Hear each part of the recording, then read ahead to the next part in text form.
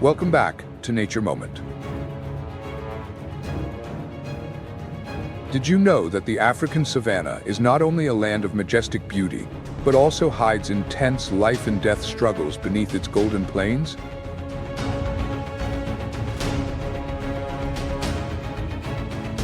In the savanna, everything can turn into a life or death battle.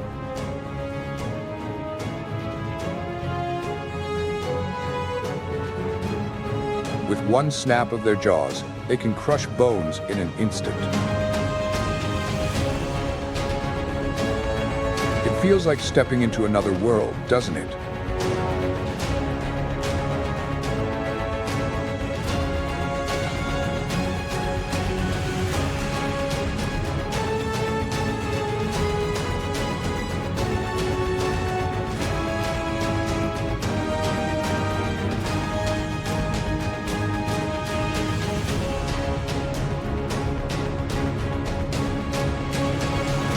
Let's join Nature Moment to explore this wild land where daily battles for survival take place. The struggle for survival in the savanna is relentless. Blood and dust blend together, creating a fierce symphony where life and death are always intertwined, leaving no room for weakness. And only the strongest and wisest can rise up and reach the pinnacle of survival. This is the essence of the wild nature here. Every leap, every kick could be the deciding factor between life and death. The vast grasslands and enormous creatures are battling to protect their territories and their right to live. This magnificent landscape is the grand stage for endless battles. And the miracle is that in this struggle, a symphony of nature is created, a symphony not only of roars, but also of fierce life. The African savanna, especially the Serengeti region, stretches mainly across northern Tanzania and part of southern Kenya, covering an area of 12,000 square miles. It is not only a part of our planet, but also one of the most complex and tightly connected ecosystems. Here, you will encounter over 70 species of mammals, including antelopes, elephants, giraffes, and over 500 species of birds.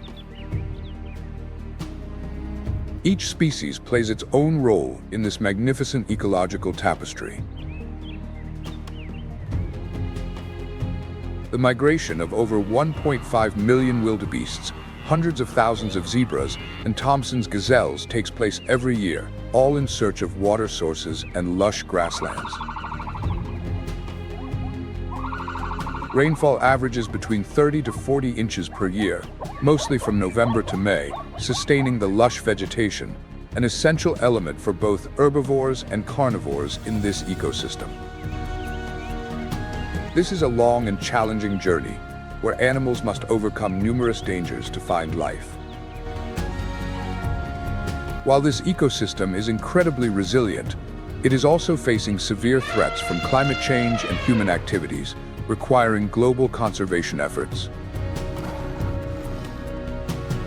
It is the unsustainable actions of humans, from overexploiting resources to emitting greenhouse gases, that are weakening the natural power of the ecosystem.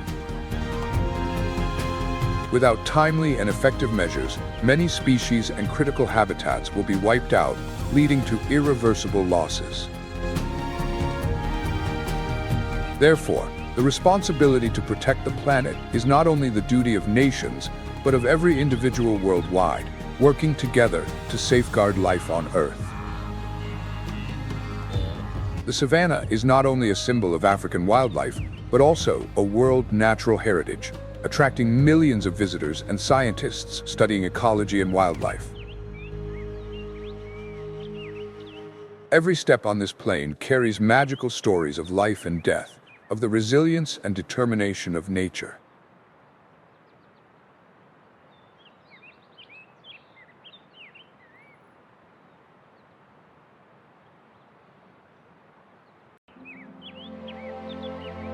The African savanna is not only home to giant herbivores, but also a place where extraordinary survival stories unfold.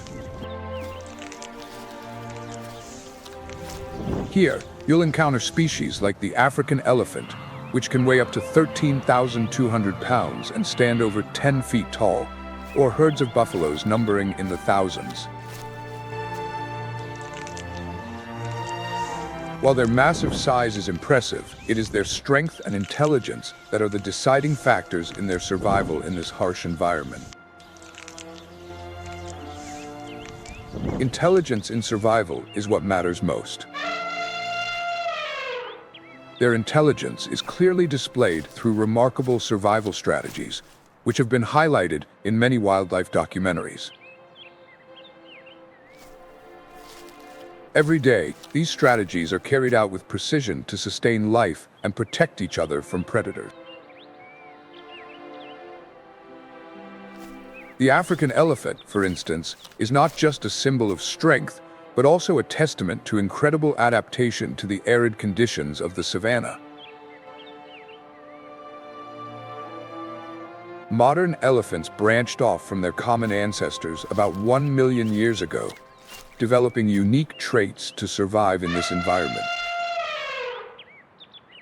One of the most recognizable features of African elephants is their massive ears shaped like the African continent. These ears not only help regulate their body temperature, but also serve as powerful tools for communication and cooling in the intense heat of the savanna. Imagine yourself as an elephant. Those enormous ears are not just part of the body, but also natural air conditioners that help you survive in such a challenging world. A life full of strategy and perfect adaptation to nature. What a wonder, right? African elephants are not only symbols of strength, but also creatures capable of sophisticated communication and environmental manipulation. Their giant ears help regulate body temperature in the scorching heat of the savanna, and can also become a fearsome weapon when necessary. However, that is just the tip of the iceberg. One of nature's masterpieces possessed by elephants is their trunk, a complex structure containing more than 40,000 muscles. It can lift objects weighing up to 550 pounds, yet is sensitive enough to pick up small leaves from the ground. A fantastic tool for feeding, communication, and even expressing emotions. In addition to the trunk, their tusks are not only symbols of strength, but also versatile tools in the harsh life of the savanna. The tusks can grow up to 10 feet long and weigh over 110 pounds, helping elephants dig for water, break obstacles, and protect their herd from enemies. Despite their massive size, African elephants move with surprising lightness and grace. This is thanks to the thick cushioning under their feet, allowing them to move more quietly than you might expect. You'd certainly be amazed at their dexterity and survival strategies. These elephants are not only the rulers of the plains, but also the architects of the ecosystem, helping maintain ecological balance and biodiversity. African elephants play a crucial role in sustaining life on the plains, especially during the dry season. As water sources dry up under the harsh sun of the dry season, elephants use their strength and intelligence to locate and tap hidden water sources. They use their powerful tusks and flexible trunks to dig deep into the earth, creating valuable wells in the dry soil. A seemingly simple action, like digging a well, can benefit not only elephants, but the entire surrounding ecosystem. Once a water source is found, other animals, like giraffes, gazelles, and zebras, immediately gather to drink the precious water that elephants have unearthed. Birds like storks and herons also gather around the water's edge, searching for food from small creatures disturbed by the water flow. Even predators like lions cannot pass up this opportunity. The presence of elephants not only provides water for countless animals, but also creates life-sustaining opportunities for the entire ecosystem. Elephants are not just survivors. They are true architects that change the entire ecosystem with each step they take. For the animals in the savannah, this water well is a lifesaver in the dry season, a central hub where creatures gather, communicate, and maintain ecological cycles. This water source is incredibly important to the African savannah. It is not only a place that sustains life for the animals, but also a space where life and death intersect, where all species have a chance to interact and survive. The water wells in the savannah are not just valuable resources. They are a place where the delicate balance between life and death is on display, with every drop of water being crucial to the survival of creatures. Here, in the scorching heat of the dry season, confrontations and complex ecological relationships between predator and prey, animals and nature, come to life in ways never seen before. Elephants, with their strength and intelligence, not only save themselves, but also create a dynamic stage for the wildlife of the savannah. African elephants have brains weighing up to 11 pounds, and what's even more remarkable is their incredible memory. They can remember the exact location of water sources, even after years without visiting them. Amazing, right? Thanks to the leadership of wise elephants, entire herds can safely navigate dangerous territories. They are not only the leaders, but also the storytellers, passing down valuable survival knowledge accumulated over many years. In the vast expanse of the savannah, an old elephant leads the herd across harsh lands. The herd moves slowly, united and patient, searching for water. But the atmosphere suddenly shifts as the silent forms of a lion pride emerge from the dry bushes.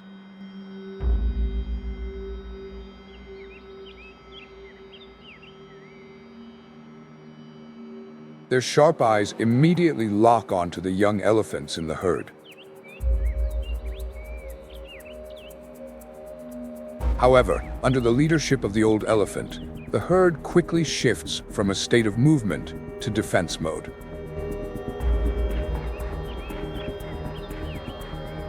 The adult elephants immediately form ranks, creating a protective circle with the young elephants in the center, like an impregnable fortress. The old elephant positions itself directly facing the threat, its giant ears waving like flags of warning, its trunk raised and swinging powerfully, creating a resounding noise. The herd of elephants simultaneously roars, not only as a psychological defense against the lions, but also to reassure the young elephants trembling inside the protective circle. The adult elephants, with their massive bodies, form a living shield, ready to use their tusks and muscular strength to counterattack if necessary. Even the young elephants, though small, are not afraid. They huddle close to their mothers or grandmothers, seeking safety in the protective embrace of the elders. This opens up a profound lesson. In the wild, strength is not only physical, but also comes from unity and love within the community. It is in the most dangerous moments that love and protection from family help us overcome every challenge. The lesson these elephants teach us is the invisible power of connection and resilience, that family is the strongest foundation and the key to survival and victory. The herd of adult elephants demonstrates incredible strength, not just physically, but also in their spirit of unity. The calmness of the herd, combined with their coordinated efforts, caused the lion pride to hesitate. Though experienced predators, They know that attacking a herd of elephants in defense mode would come at a very high cost. After a few tense minutes, the lion pride decides to withdraw, silently disappearing into the bushes. Incredible, right? A fierce confrontation, but in the end, the strength of unity helped the herd of elephants overcome this challenge. Once the danger passed, the elephants slowly opened their protective circle and continued their journey with unity and strong organization. This moment, often vividly captured in wildlife documentaries, not only proves the intelligence and leadership of the old elephant, but also reflects the deep love and strong unity that helped the herd overcome every challenge in this dangerous wild world. Can you feel the strength of unity and family love in the wild world? This is a lesson in love and protection, where every member of the herd plays an irreplaceable role. In this vast wild world, African elephants are like great kings, ruling the expansive land with extraordinary strength and superior intelligence. With sharp intellect and unwavering unity, that herd of elephants is like relentless warriors, always facing the challenges of the harsh nature together. Do you admire the resilience of these warriors? If your heart beats in sync with the wild rhythm, don't hesitate to leave comment 1 to let us know you're a fan of the wild world and a true admirer of this magnificent nature.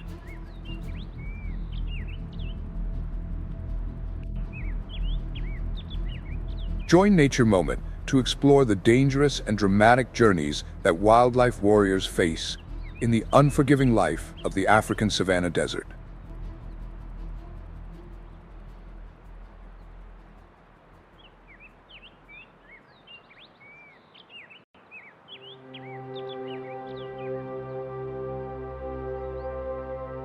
But when you look up at the vast blue sky above the endless grasslands, a completely different image emerges.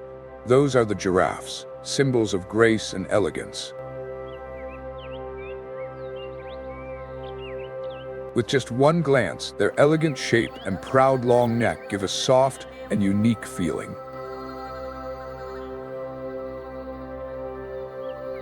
The contrast between the power of elephants and the gentleness of giraffes is a vivid testament to nature's limitless creativity.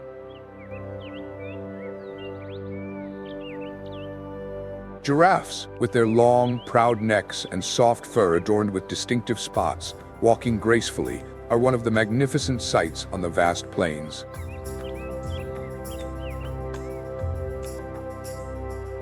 Standing between 14 to 18 feet tall, giraffes are the tallest mammals on Earth.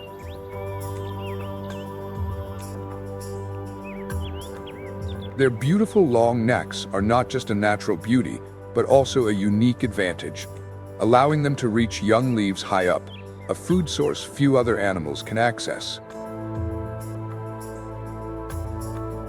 While giraffes focus on high tree canopies, African elephants prefer grasses and low shrubs, creating a natural division in their food sources. This not only reduces competition between the two species, but also helps them coexist peacefully on the wide plains. A clear division, yet one full of harmony, helps wild animals live together without harming each other. This is the miracle of nature, where each species plays a vital role in maintaining ecological balance.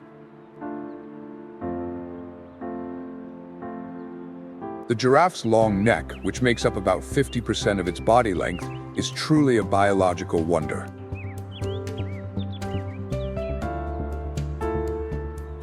Although it only has 7 vertebrae like humans, each vertebra is 11 inches long, giving it the strength to reach the highest tree canopies. Giraffes not only use their long necks to find food, but also to spot dangers from afar. It is the only animal that can see predators from great distances, thanks to the height of its neck and its large eyes on both sides of its head. Giraffes have a 270-degree field of vision, a feature that helps them stay safe in the wild, which is full of dangers. In addition to their long necks, giraffes also have a remarkable tongue. Measuring up to 18 inches and incredibly strong, their tongues not only help them reach high leaves, but also allow them to overcome natural challenges, such as removing thorns from acacia trees, their primary food source. This helps giraffes easily enjoy delicious leaves without being harmed by the sharp thorns. As for defense, giraffes may be graceful, but are also powerful when needed. When cornered, they can reach speeds of up to 37 miles per hour. With their rear legs measuring 6 feet long and extremely strong, they can deliver lethal kicks that are capable of killing a predator. Giraffes also have a powerful circulatory system, allowing blood to reach their brains despite their massive height. When they lower their heads to drink water, valves in the arteries prevent blood from flowing backward, protecting their brains from excessive pressure. Giraffes live in flexible groups ranging from 3 to 20 individuals.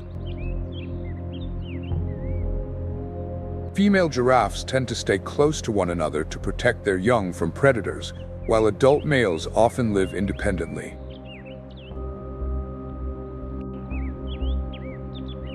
This highlights an important truth. In the wild, unity is essential for survival. In such a harsh environment, older individuals serve as protective guardians, always standing strong amid the storm. Their shelter and teachings act like warm winds, helping the new generation walk confidently on the challenging path, thereby surviving and thriving. Giraffes, animals known for their grace and elegance, live alone or in small groups to compete during the breeding season. However, behind their soft beauty, giraffes are also masters of unity.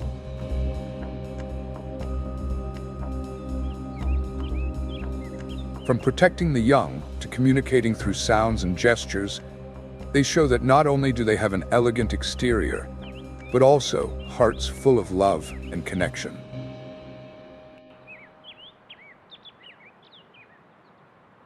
Have you ever wondered, in a wild world full of challenges, how the bond between individuals can become so strong? To explore the spiritual strength that helps them overcome all harsh challenges, join Nature Moment in continuing this impressive journey through the video coming up next.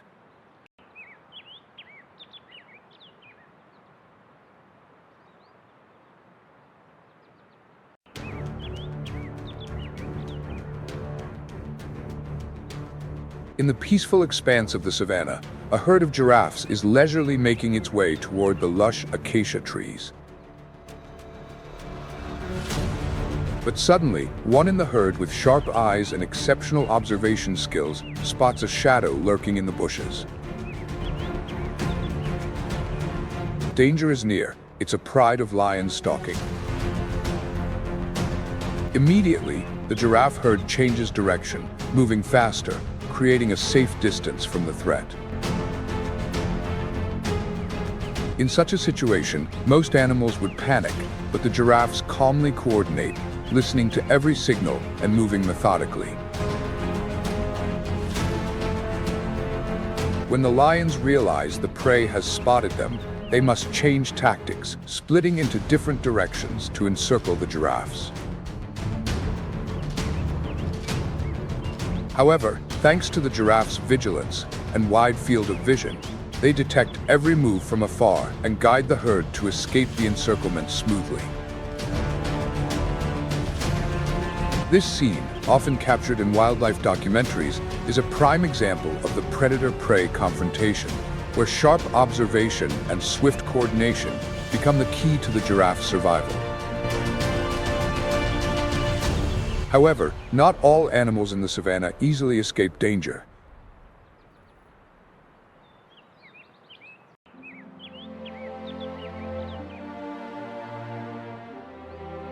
The African hippopotamus, a symbol of latent power, is not a predator or a particularly agile animal, but it makes all its enemies wary due to its perfect combination of physical strength and remarkable adaptability.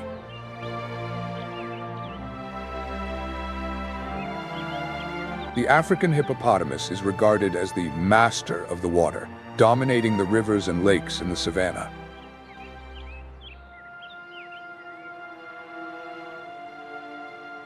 Did you know that while giraffes move gracefully on land like dancers, hippos show their strength through silence and the hidden potential beneath the calm water?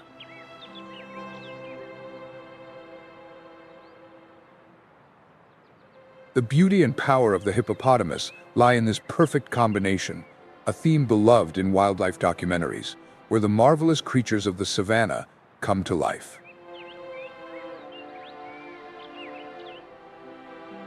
On one side, there's the exquisite elegance of the giraffes. On the other, the latent power of the hippopotamus beneath the water.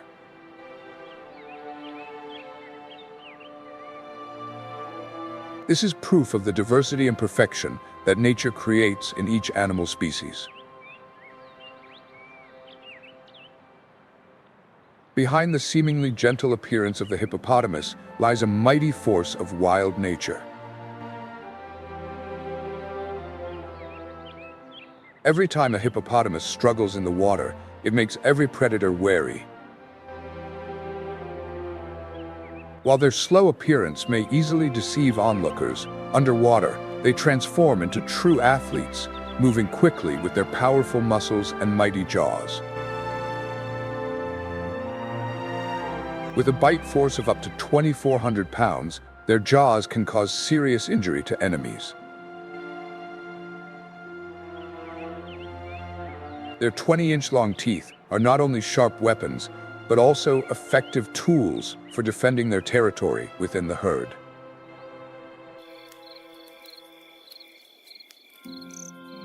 When night falls, the savanna becomes mysterious, and it's when the hippos begin their journey in search of sustenance.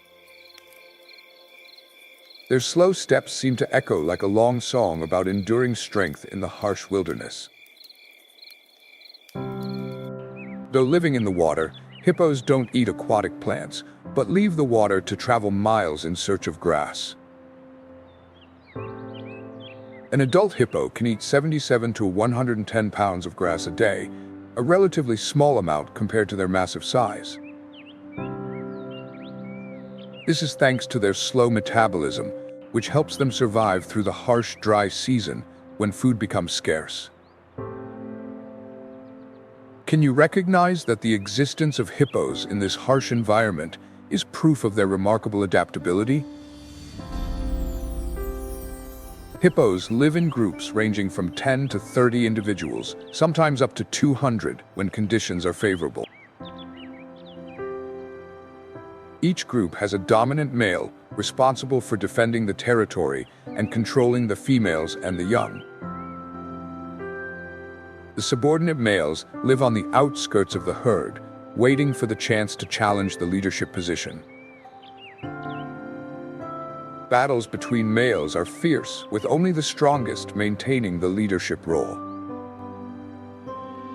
In the wild, strength and power are crucial factors that determine each individual's fate. This shows that survival instincts and decisiveness are key in helping hippos maintain their position within the herd. When a baby hippo is born, nature seems to pause to welcome the new life. Female hippos are pregnant for about 8 months and typically give birth in the water, a safe and familiar environment. From birth, the calves must learn how to swim to survive. During their first 18 months, They are carefully nurtured and protected by their mothers from predators like lions or crocodiles. Facing the scorching sun of the savanna, hippos find peace in the cool water. The protection and care from the mother are the keys that help the calves survive the challenges and thrive in this wild environment. The patience and unconditional love of the mother help the calf learn and adapt to the hardships that the wildlife brings. It's in those moments of weakness that the care from the mother is an invaluable encouragement, the strength that helps the calf rise up strongly and face all challenges. Underwater, the hippopotamus appears calm but full of calculation. They utilize every element of the environment to sustain life, with each movement in the river resembling a beautiful symphony of adaptation. As a semi-aquatic species, hippos spend most of their time in the water to stay cool and avoid the sun. Their ears, eyes, and nostrils are positioned high on their heads, allowing them to observe and breathe easily without needing to surface. What's special is that hippos don't swim in the traditional way, but walk along the riverbed or lake, using their strong legs to push their bodies forward. While there aren't many natural predators, hippos still face dangers from lions and Nile crocodiles, especially when they're young or injured. A large, powerful animal like this, yet it survives through the harsh confrontations in the wild.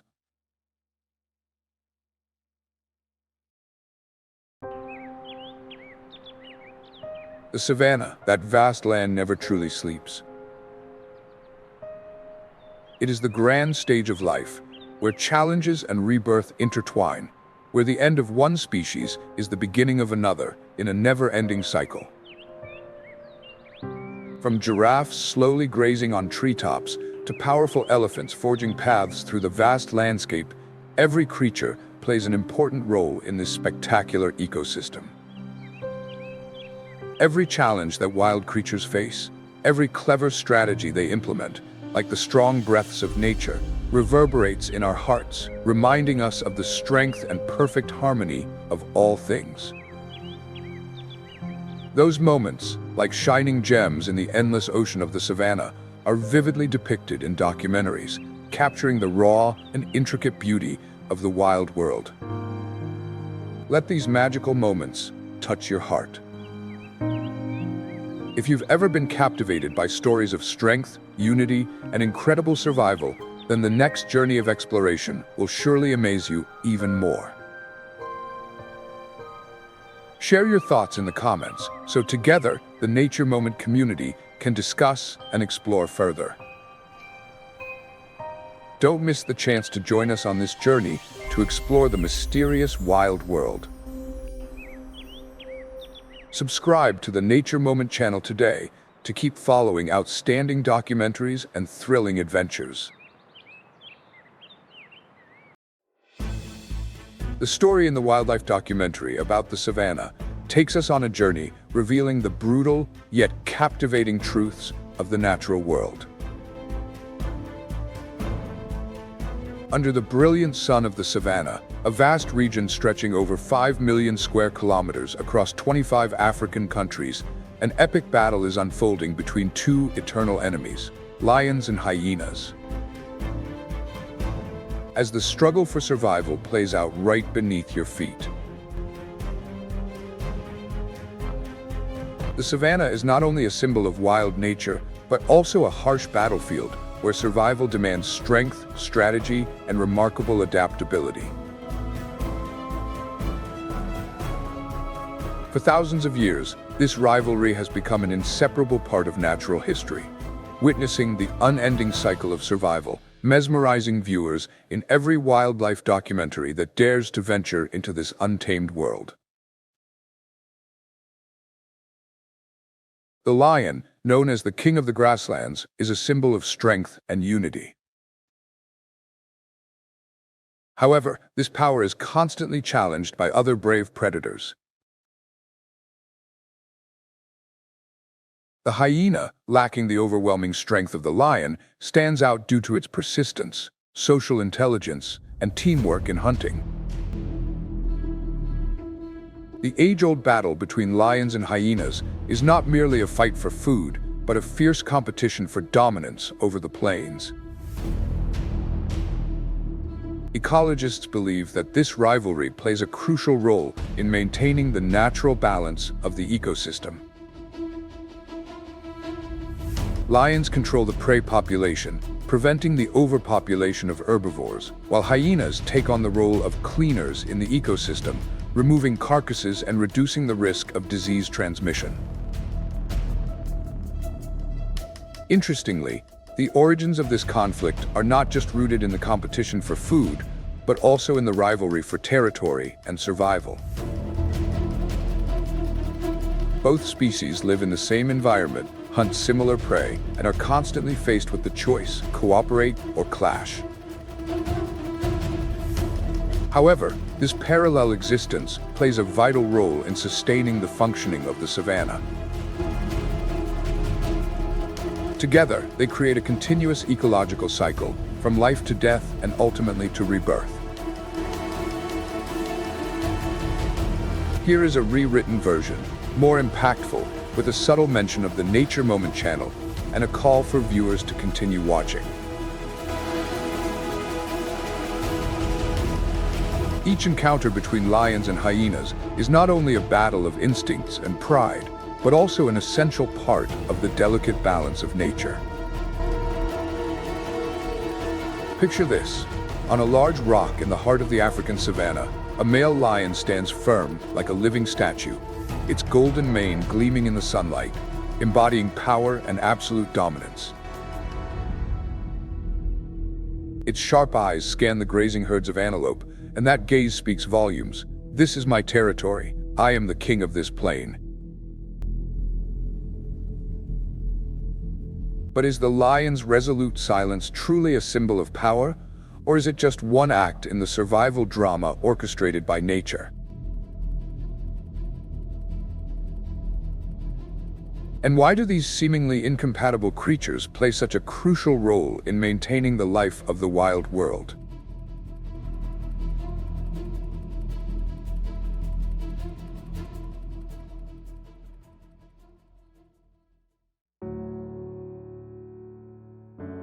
Lions don't live alone. They form prides, which carry with them a sense of pride.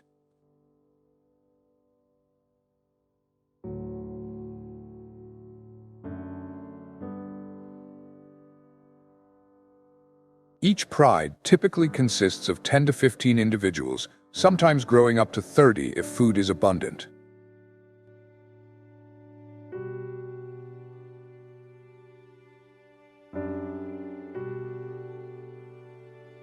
Every lion pride is a tightly knit social structure, where the females take on most of the responsibility for hunting and raising the young.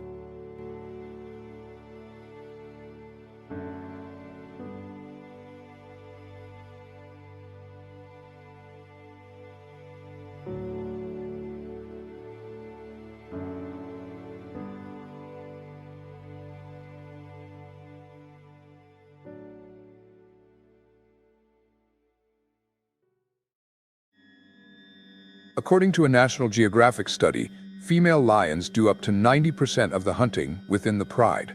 They are skilled hunters, using coordinated strategies to bring down large prey such as antelope, zebras, and even buffalo, animals that can weigh up to 1,500 pounds.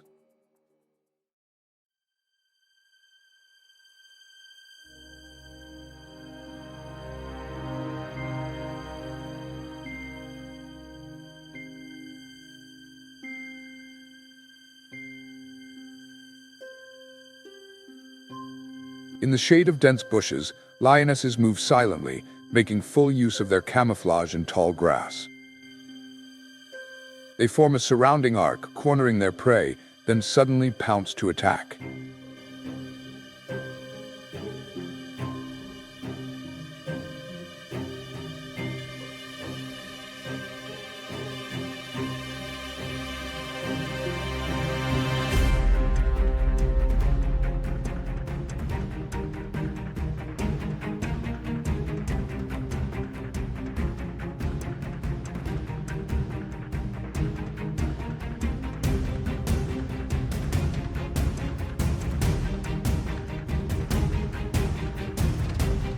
study has shown that the success rate of lionesses in hunting ranges from 25% to 30%, much higher than that of other predators like leopards, which achieve success rates of under 20%.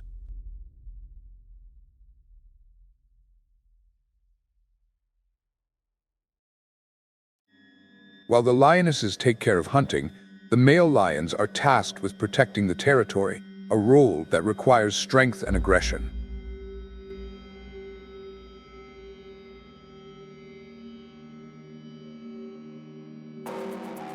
A lion pride typically controls a territory ranging from 30 to 400 square miles, depending on the availability of food and water.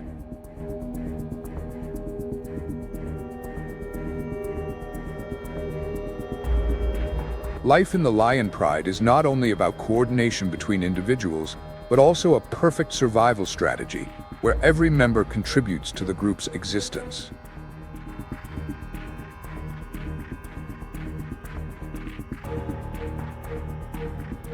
In each of their different roles, from hunting to defending the territory, these lions demonstrate their incredible strength.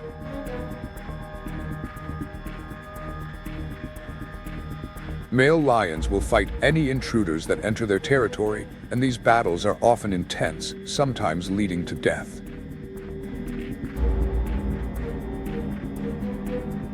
With an average weight ranging from 330 to 550 pounds and a body length of up to 10 feet, male lions are among the largest big cats in the world.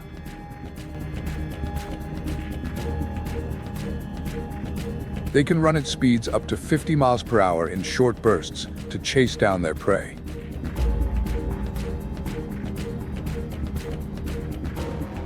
Additionally, a lion's bite force can reach 650 psi, stronger than the gray wolf's 400 psi, and second only to the Nile crocodile, with a bite force of up to 3,400 pounds.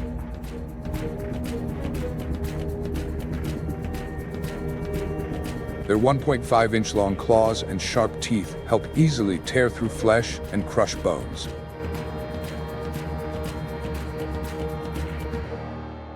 However, it's not just physical strength, but intelligence and sophisticated hunting strategies that make lions the kings of the savannah.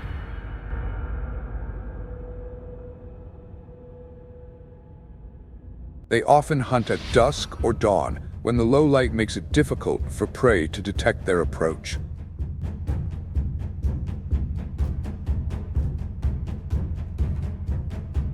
Their ability to blend into the golden grasslands allows them to get within a few meters of their prey before charging in for the attack.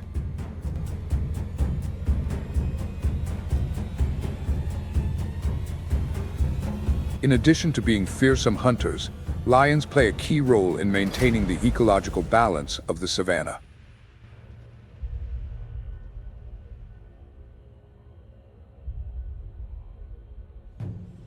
By hunting herbivores like antelope, zebras, and buffalo, lions help control their populations, preventing overgrazing of the grasses and shrubs.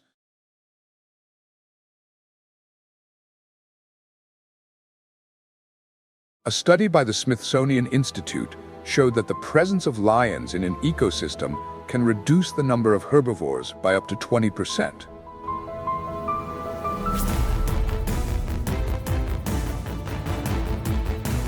Through their hunting and consumption of herbivores, lions not only help sustain the growth of the savannah, but also contribute significantly to preserving biodiversity.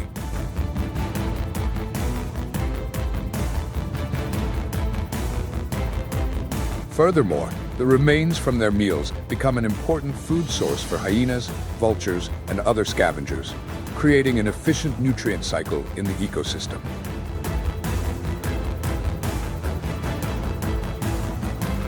Lions are not only symbols of power and majesty, but also strong pillars of the savannah ecosystem.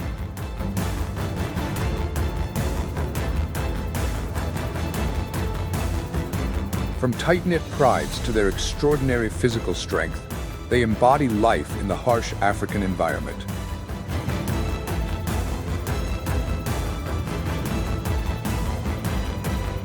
Being the king of the savannah is not only about power, but also a huge responsibility. and lions have perfectly fulfilled this role over millions of years of evolution.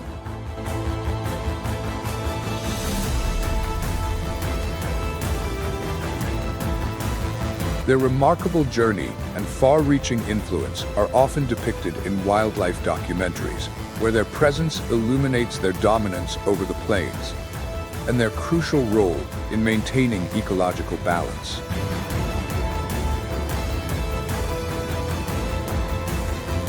As night falls over the African savanna, the atmosphere grows quiet, but this is also when the lions, with unmatched strength, leave the shadows to hunt for their next meal. Is this silence truly the end, or just a part of the eternal cycle where life and death intertwine to maintain nature's balance? Join Nature Moment as we explore this magical moment, and don't forget to share your thoughts in the comments. In the still darkness of the savanna, that peace is quickly shattered by the bright gaze of a moving creature.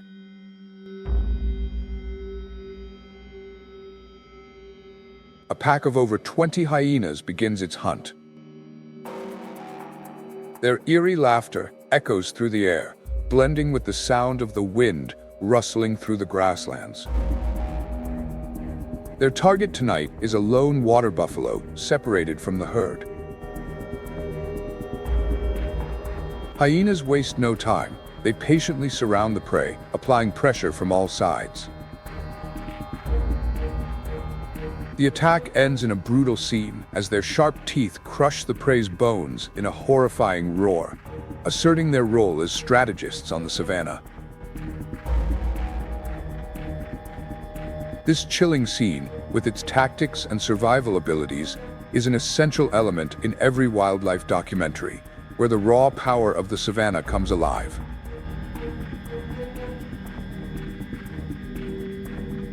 Hyenas are not only solitary hunters, but also creatures that live in one of the most complex social systems in the animal kingdom.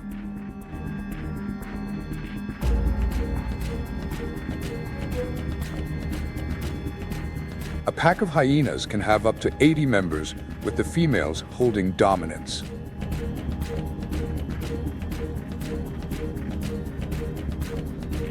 This is a matriarchal social system where the largest and strongest females hold control.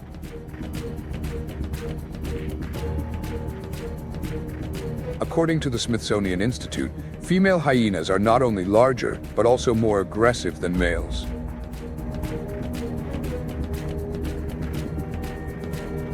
Higher-ranking members of the pack are prioritized in the food chain, while lower-ranking ones must wait their turn.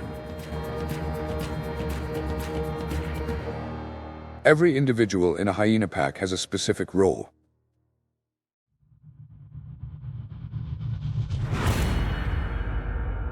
Adult hyenas, weighing an average of 99 to 121 pounds, work closely together to hunt, while the young learn skills by observing and gradually participating in the pack's activities.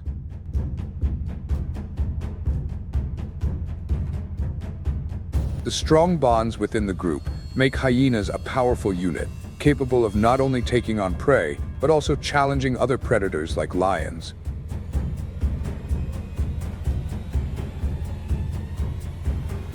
Every individual in the hyena pack plays an important role, and it is this cooperation that has made them a formidable force in the wild.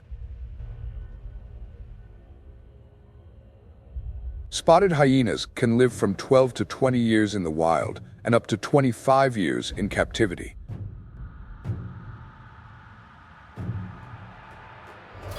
While they are not the fastest or strongest creatures on the savanna, hyenas are masters of endurance and teamwork.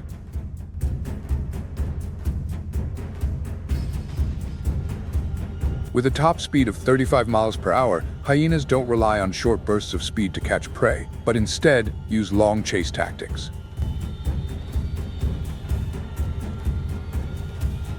Combining stamina and coordinated strategies, they can bring down large prey such as buffalo, which can weigh up to 1,980 pounds.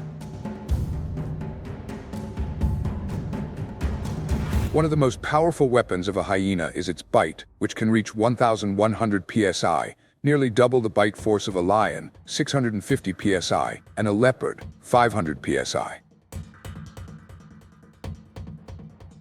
This allows hyenas to crush bones, a vital source of nutrition containing energy-rich marrow.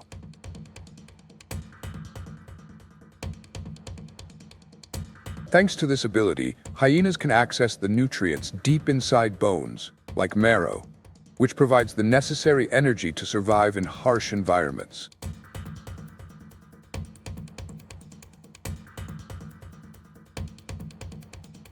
Hyenas are omnivorous, with a diet that includes fresh meat from prey and carrion.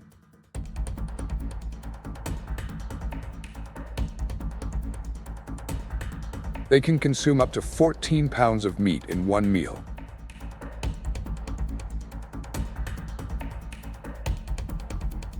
When hunting, hyenas often use encirclement tactics, much like laying siege to a fortress, to isolate their prey.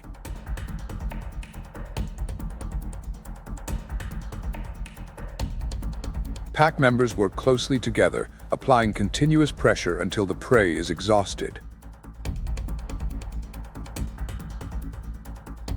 When the prey collapses, they quickly rush in and share the meal.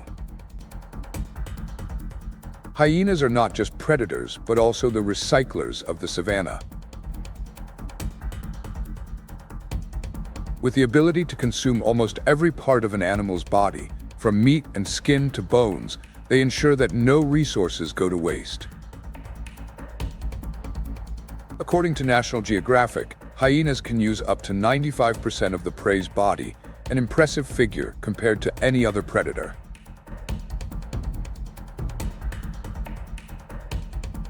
A hyena pack can hunt a variety of large animals, such as buffalo, zebras, and antelope.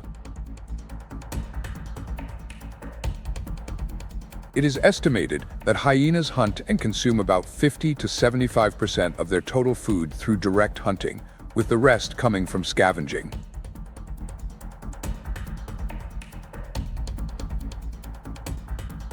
Hyenas play a vital role, not just in hunting, but in consuming the leftovers from other predators, helping to clean the environment and prevent the spread of disease. Through this ability, hyenas contribute significantly to maintaining ecological balance. An environment lacking hyenas would become chaotic, with uncontrolled decomposition of carcasses and an increase in herbivore populations, causing the ecosystem to fall out of balance.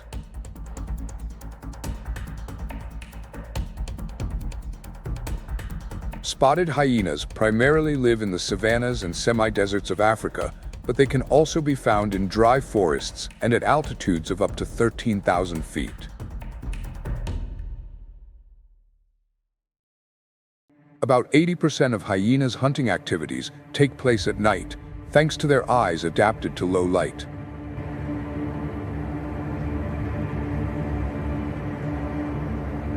They use encirclement tactics and group coordination to optimize their hunting abilities.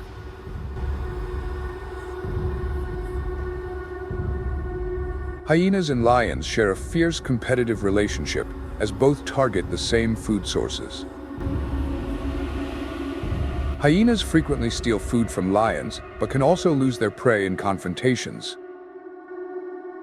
A study has shown that larger hyenas, while hyenas are not as powerful as lions, their coordination and tightly knit strategies allow them to pose a significant threat to the rulers of the savanna.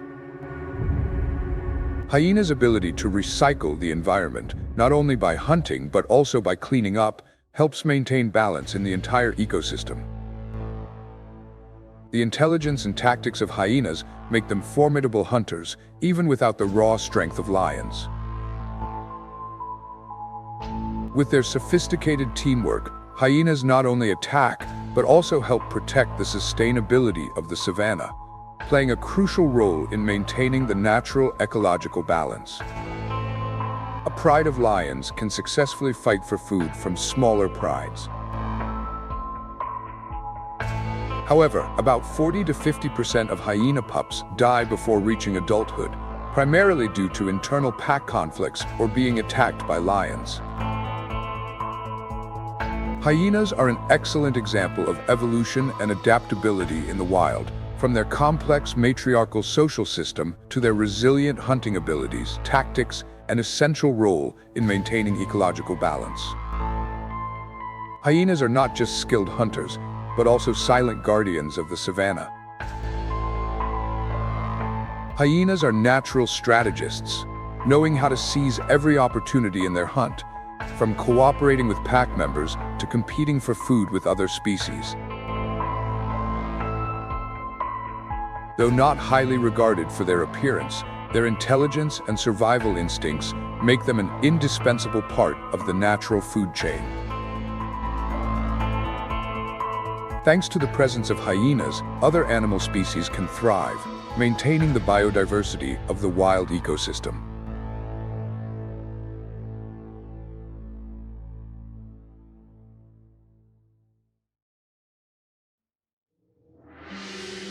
The savanna, a vast land with golden grasslands stretching endlessly like a natural carpet, is a stage where survival battles unfold daily under the blazing sun. The intense heat challenges every living creature here. This is the lively stage of wildlife documentaries, where the two ultimate predators, lions and hyenas, fight not just for survival, but to maintain the balance of this vast ecosystem. The morning on the savanna begins with soft golden rays piercing through a thin layer of mist. The quiet is suddenly broken by the songs of birds and the cautious footsteps of herbivores grazing. In this setting, a male lion weighing over 420 pounds stands majestically among the tall grass, its golden coat blending with the dry fields. Calm but alert, it advances step by step, its golden mane merging with the surrounding grass. However, this peace doesn't last long, as another sound breaks the silence, the chilling laughter of a hyena pack in the distance. About 15 hyenas appear, each step calculated to move closer to the lion. Hyenas, with their pack hunting strategy, begin to implement their plan. Some move closer, circling to divert the lion's attention, while others keep their distance to observe. This is their characteristic divide and conquer strategy, relying on their superior numbers and tight coordination. Notice how each of their steps is carefully calculated, with every decision based on strategic thinking and a keen understanding of their environment. As the hyena's coordination grows tighter, the lion, fully aware of the danger, lets out a roar that seems to shake the air, a proclamation of power and a call for help from its comrades. But the hyenas remain unfazed, gradually closing in, their laughter and growls intensifying the tension. A fierce confrontation is about to erupt. Just when the situation seems desperate, another movement appears in the distance. Two lionesses charge forward, like golden shadows across the grass. This is the assistance the male lion needs to turn the tide. Their appearance sends the hyenas into a panic, and as the sun rises higher, the heat becomes stifling, with temperatures exceeding 98 degrees Celsius, forcing all animals to seek shade for rest.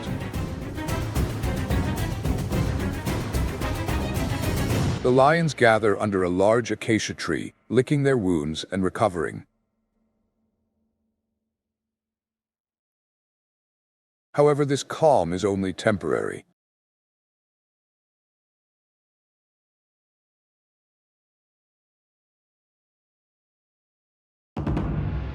In the distance, another hyena pack appears, this time larger and more determined.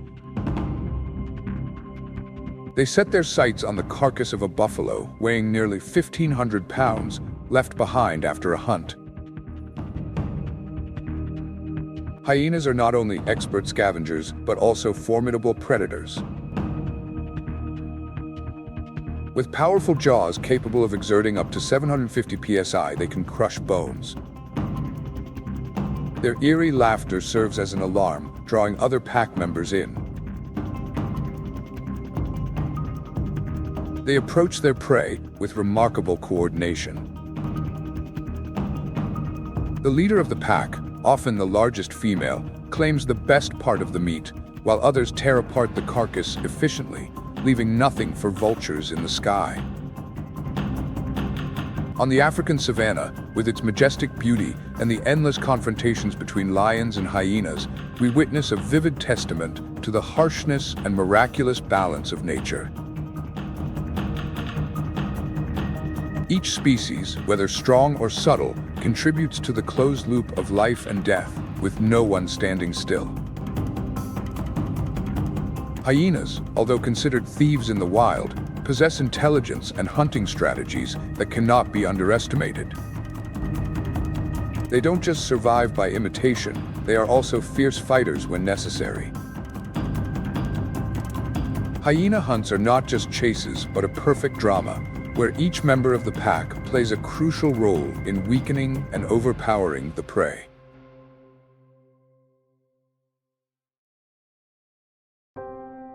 The wild world is not just a brutal struggle for survival, but also a story of the perfect harmony between the strength, intelligence, and tactics of each species.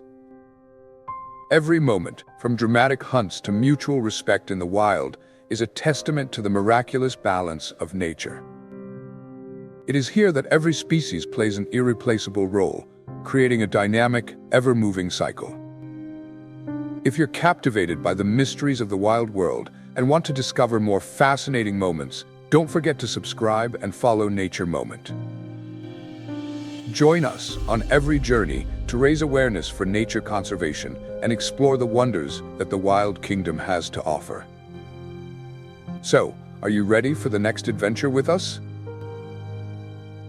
Hit the notification bell so you don't miss any exciting videos. Welcome back to Nature Moment. In the wilds of Africa, an endless battle between predator and prey unfolds every day.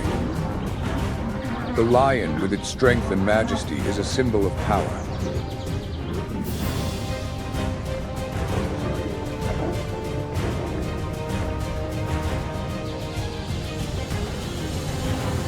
The leopard, quick and stealthy, brings thrilling hunting scenes to life.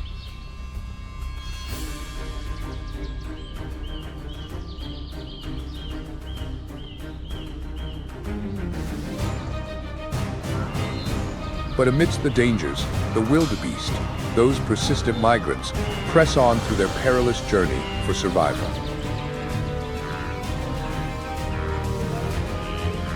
This is a story of survival, bravery, and the harsh rules of nature.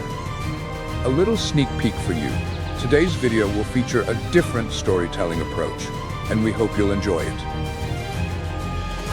Now, let's join Nature Moment and uncover the secrets of the wild. We've chosen an ideal area for our herd, with a nearby stream to quench our thirst and abundant vegetation to maintain a healthy weight. You may have noticed that we're quite large. Yes, the adult bulls, known as buffaloes in our species, can weigh between 1,500 to 2,200 pounds. Meanwhile, the cows tend to be somewhat lighter. However, we always have to stay alert, because areas near water sources are often hiding spots for lions and other predators. But don't think we'll be easy prey. We're known for our extraordinary strength, unpredictable actions, and aggressive nature, especially when we sense danger approaching. Our curved horns are excellent defensive tools, forming a thick bone shield across our foreheads, protecting us from enemy attacks. Just imagine that. Our horns aren't just weapons, they're symbols of power. In conflicts within the herd, we won't hesitate to use them to assert our dominance and defend our territory. But the interesting thing is, despite appearing fierce and powerful, we're not always like that. When we feel safe, we can enjoy the surrounding space. When standing near a riverbank, we noticed there were no fish, so we had to keep moving to find food.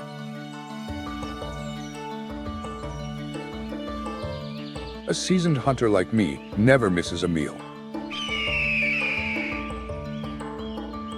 With my sharp eyes, I can spot every fish on the water's surface and never miss an opportunity.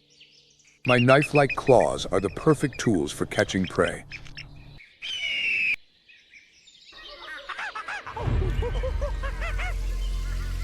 But the story doesn't end there. In the herd, it's not just the males who participate in hunting. The females also play a crucial role in caring for and protecting the young.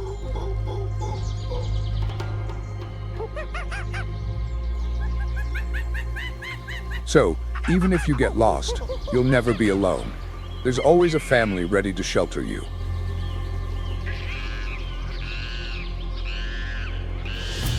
However, not everything is as easy as it seems. These signals are vital for coordinating the group's activities and alerting to danger.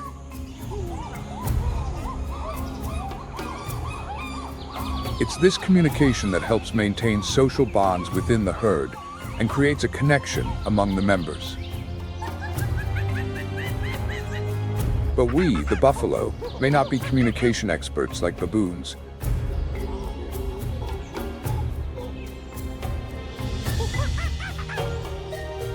We prefer to move and act more decisively. And today, we're preparing for a long journey in search of a new home.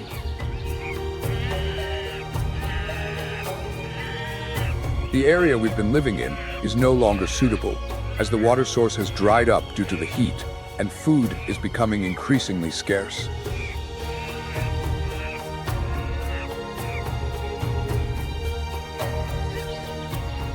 Instead of traveling long distances like other animals, we typically make short-term migrations, seeking out new sources of water and food.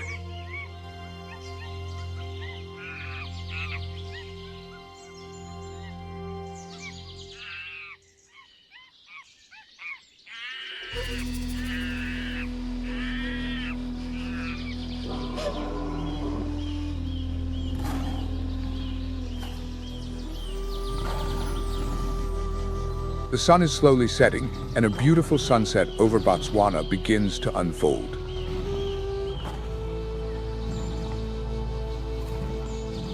How are we feeling right now?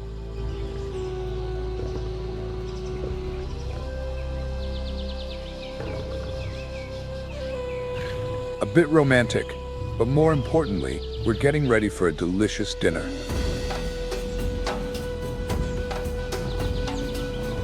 After a long day, it's time to recharge, and that's when we take a moment to enjoy some peaceful relaxation. We decide to take a short break. Where are you going?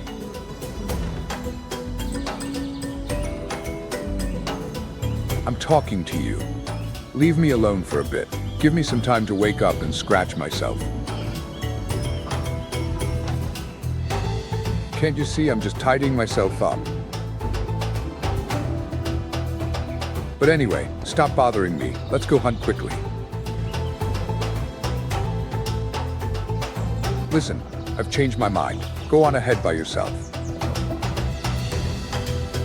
What's wrong with you? Why are you so angry? Because when I'm hungry, I get irritable. I want to rest too. Fine, go alone. But don't worry, I'll help you hunt. Together we'll catch the prey, share it, and enjoy our meal.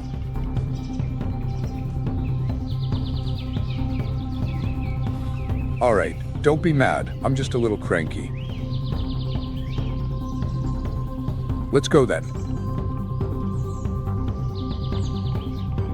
But instead of rushing, maybe we can rest a little longer. It's still pretty hot. Let's wait until the sun.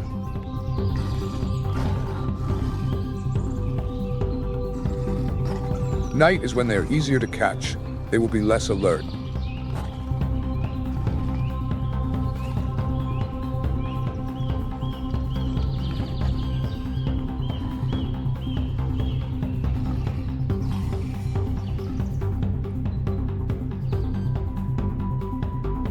Oh, it's truly wonderful to be here in the evening, with the cool air and close to a water source.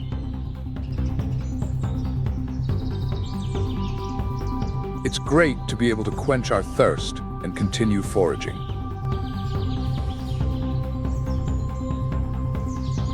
We can find food everywhere, whether it's seeds, insects, or small reptiles.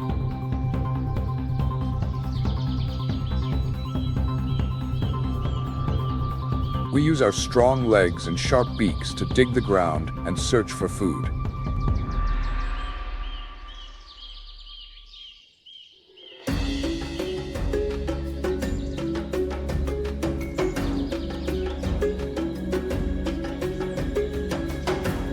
But it's so hot, the sunlight is blinding, I can't sleep.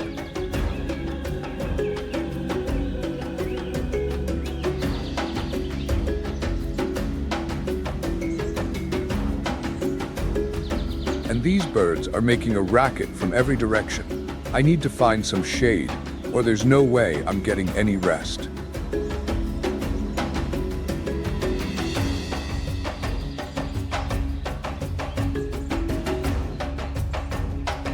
That's better. At least it's cooler now. Today's been great. Another day has passed, and we've enjoyed the sunshine, grazed for grass, and explored new lands. But the most important thing is that we must stay away from predators. We're attractive prey for lions, leopards, and wild dogs. However, to deal with them, we have our own strategy. We'll shout loudly and leap around, creating chaos to distract them. Besides that, the unity within the herd is a key factor in helping us face our enemies. When we're united, it becomes much harder to single out one individual. Actually, I want to brag a little about our jumping ability. We're the jumping champions of Africa. We can leap straight up to 10 feet and jump horizontally up to 30 feet. Anyway, with that said, I'll keep moving to find food.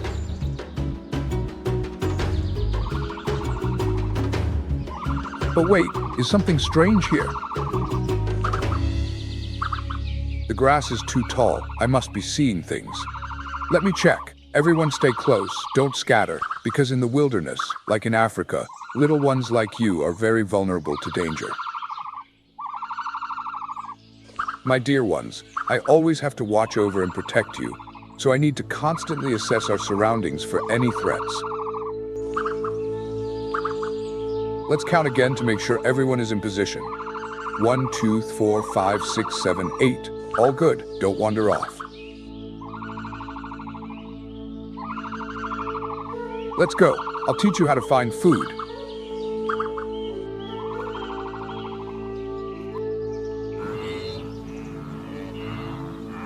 Why are you standing there?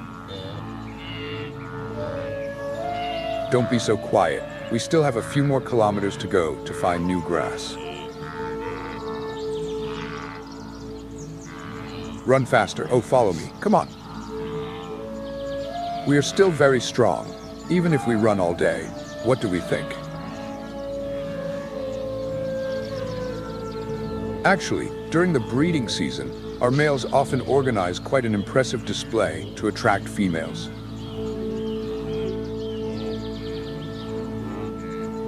We run around and make special sounds to attract attention. And despite our large and bulky appearance, we are extremely agile and can run at surprising speeds. It is this agility that helps us escape from predators such as lions and hyenas. Furthermore, we are social animals, living in packs and forming large groups. This makes it easier for us to protect each other from dangers from predators.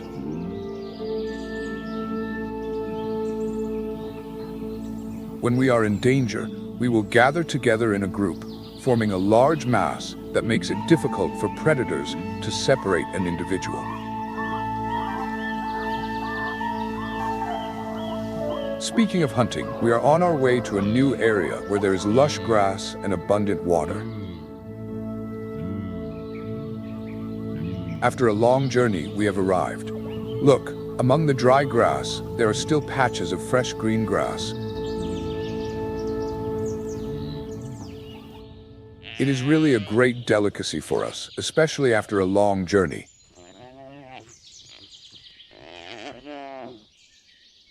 However, because we are so crowded, this area will not last long, so we continue to move, migrating seasonally in search of food and water.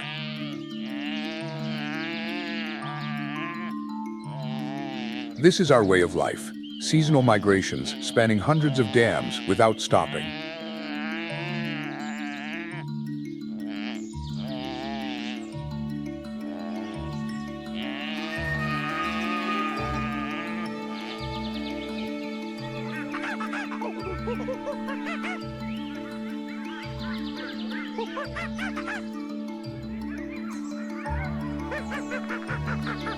When I go with my family, I also have to make sure that my children are playing and exploring around.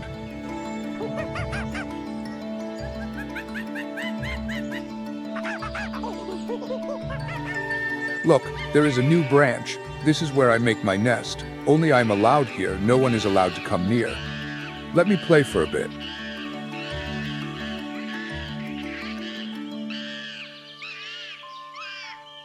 But no, you come close and try to take my branch? No, I will not let you do that.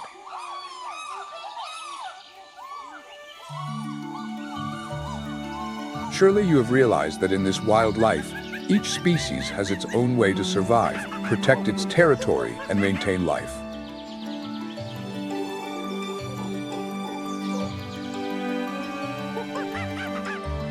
Let's go together, said one of the baby monkeys.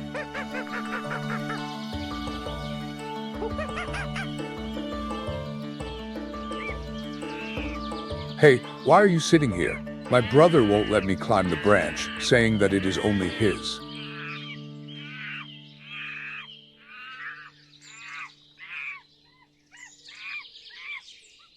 The older monkey immediately replied, "Let me handle this."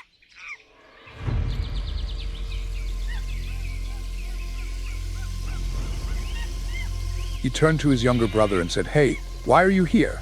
I'm the king of this branch. Go away."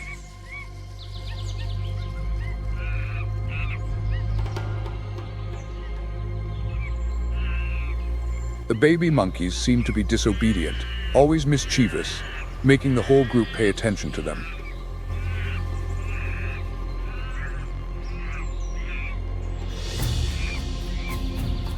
Okay, let me tell you, stop being mischievous.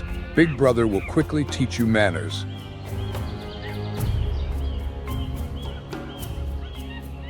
Then he led them away.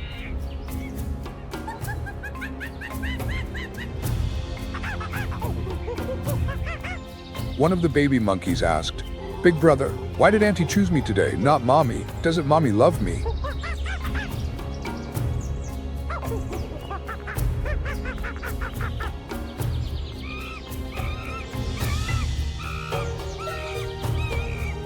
The older brother replied, "Why do you say that? The relationship between mother and child is very strong. Mother protects and takes care of her child for a long time. But since we are social animals, other females in the group can also participate in caring for and protecting each other."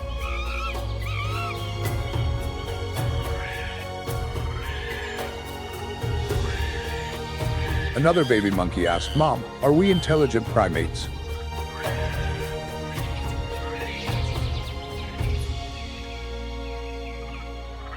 The mother monkey smiled and replied, "Yes, we are very intelligent. We have the ability to solve problems, adapt to changes in the environment, and learn from each other's behavior. The baby monkey continued to ask, "Mom, how long do we live?"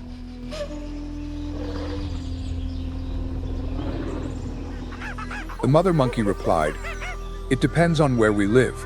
In the wild, our average lifespan is 20 to 30 years, but it can also vary depending on the environment. If we live in captivity, we can live longer."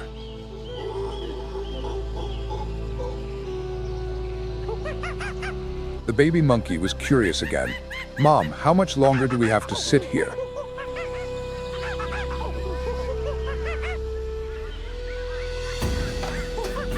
The mother monkey replied, "You are still too young to climb the tree branches. It is dangerous on the ground. There are lions and hyenas. Do you want to be eaten by them?" The baby monkey asked again, "Why can you do that but I can't?" The mother monkey smiled and said, "You are already grown up. I still have to grow up."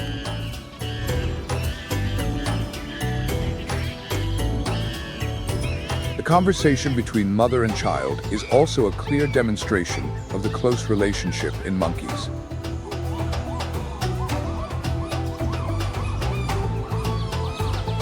"Come on, Mom. You keep holding your baby like this forever. I am grown up. I can't sit still here anymore. Don't you see? I want to go out. I want to explore the world. I want to jump, climb, and play. I can't and don't want to sit still like this, like being locked in a cage."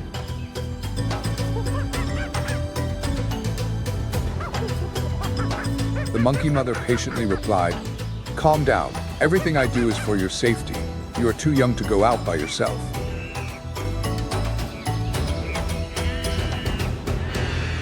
"No, I am not young. I want to play, not sit here like this," the little monkey argued.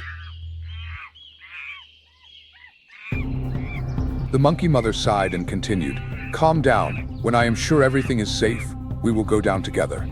Wait a moment."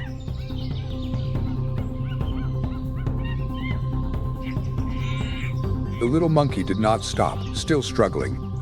"I am holding you by the tail, but I will still go out. I will not sit still."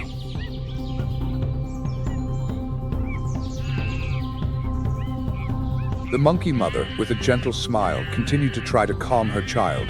"Calm down. It won't be long. Soon you will be free to go out. But listen to me. Behave properly, and then I will let you go."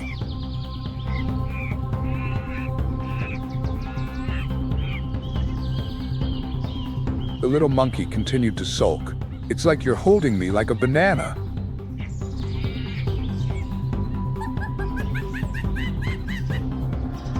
The mother monkey, unable to help but laugh, patiently explained, "Why don't you listen to me? What are you doing? Is this considered good manners? If you don't stop, we'll have to go back to the tree and sit there."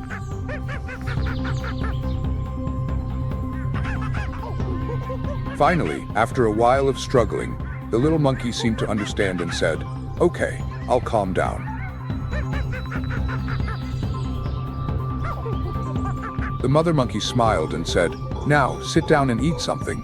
Look, how green and delicious these fields are. I can't take my eyes off them. This is really a wonderful pleasure."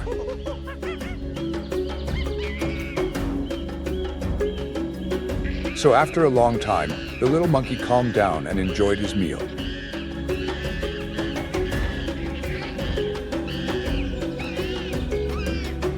After a while, the mother monkey looked at her child, smiled, and said, "We are full. Let's go. Let's explore more."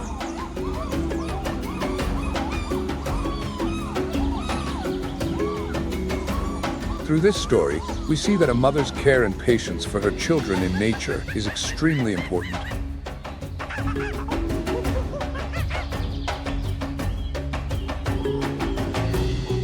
It is not only about protecting her children from danger, but also valuable lessons about growing up.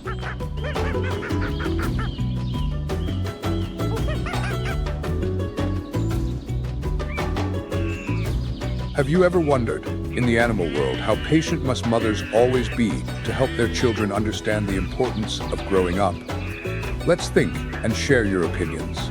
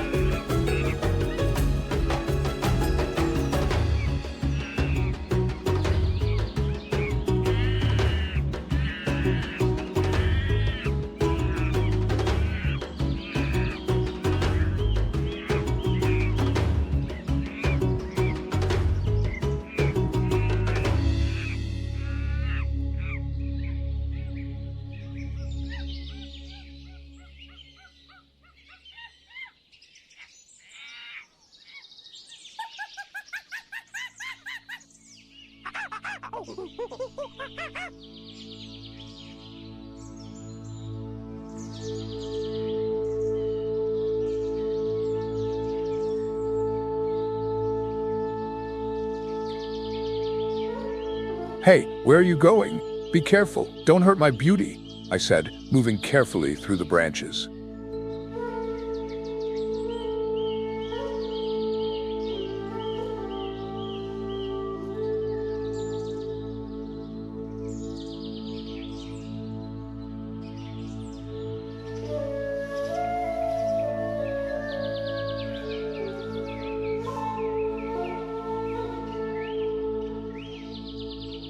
Hey, wait for me. Do you think I can use my long twisted horns to reach that green branch? Or should I use my strong hind legs and try to jump up?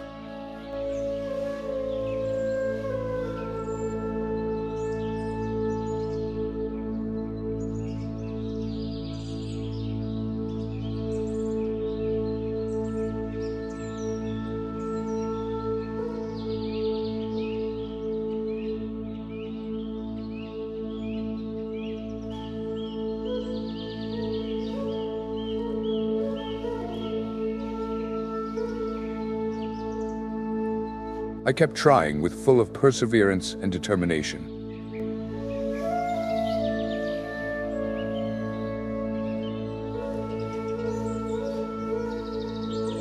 Let's run! I started running fast, but then suddenly a small hole appeared before my eyes.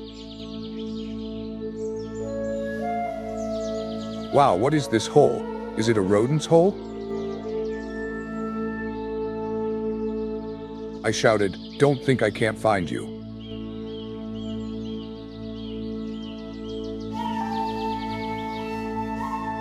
But then I thought, maybe I can catch a snake. Although they can be poisonous, I am a master at catching snakes, and especially I am immune to the venom of many snakes.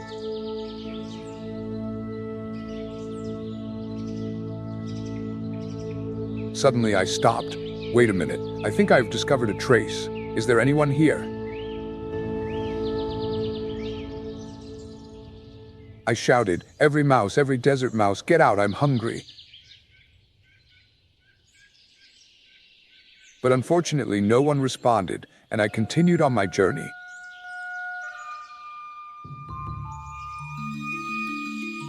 Oh, there are seeds, that's great, just eat some. I carefully picked up a few seeds, then thought, maybe I should keep going, look for a worm or insect to replenish some energy. I snuck into the bushes, knowing that my brown fur would help me blend in with my surroundings and avoid predators. This is great. This fur really is the perfect camouflage.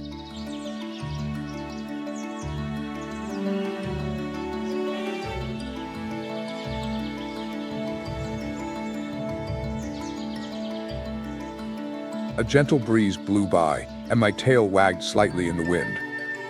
The weather is nice today, isn't it? Let me clean my feathers a bit, I said to myself and continued flying, preparing to continue my work.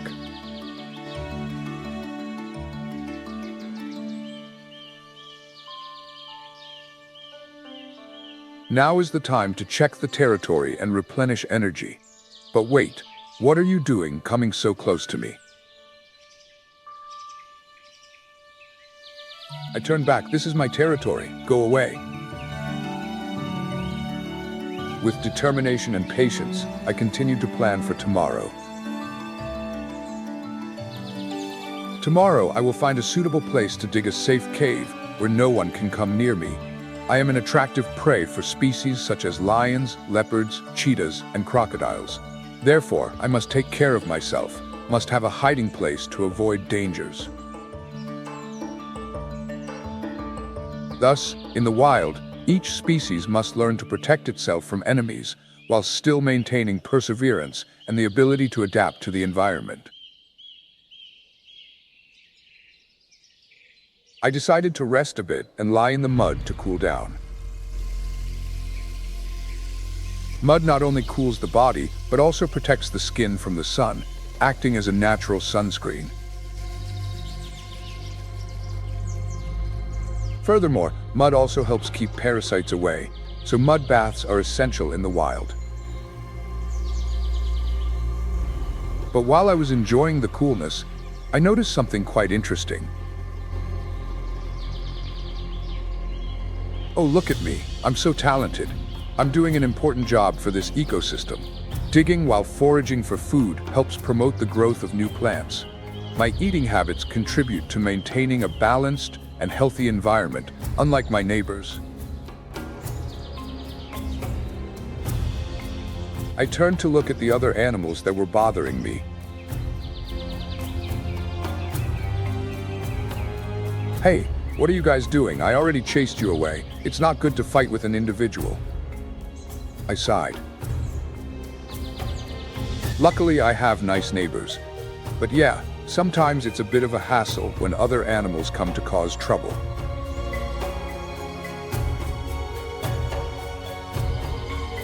As soon as I said that, I saw a strange figure.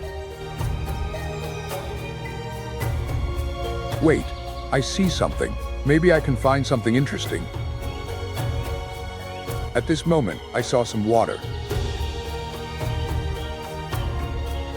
Oh, this is great. This little water is really necessary to quench my thirst before going to the bigger water source. I bent down to drink a sip of water and felt much better.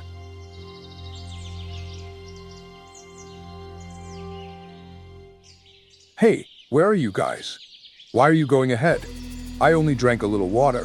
Why are you guys angry? Because I didn't share it with everyone.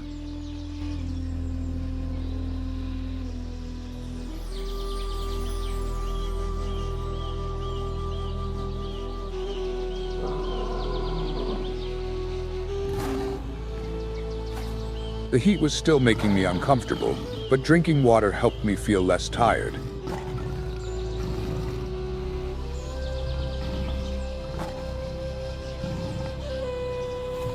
Oh look, there's a gazelle or a zebra coming to drink. This is my chance to hunt. They come here to drink, and I'll catch them right now.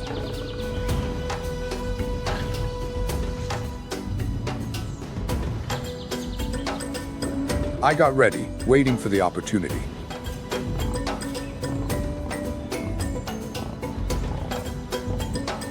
However, while searching for food, I realized that there was nothing around.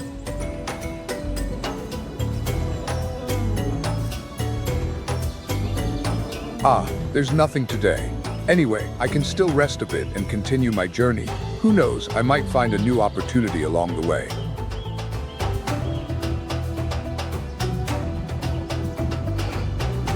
The heat was making me feel tired, so I decided to find a shady place to rest a bit.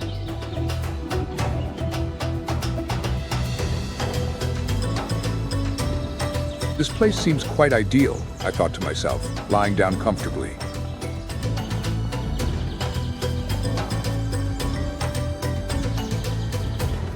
Like a real lion, I love to rest and sleep a lot, even 20 hours a day.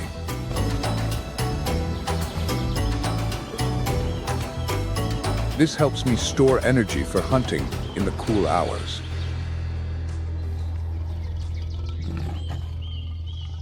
Actually, I can live for several days without water because I can get moisture from the prey I eat.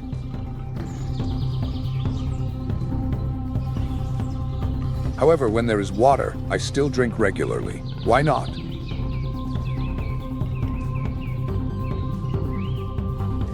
I closed my eyes, began to relax, preparing for the evening hunt. Oh, this is wonderful, I thought, as I felt the coolness. Wait a minute, someone is coming. I opened my eyes and saw a lion in the distance.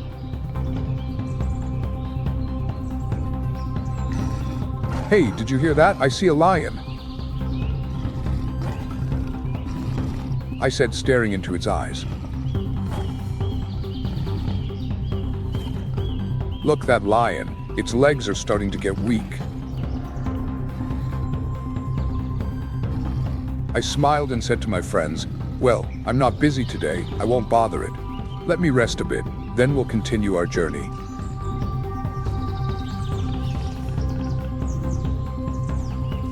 But one of my friends said, "No, we should go. What if it attacks?"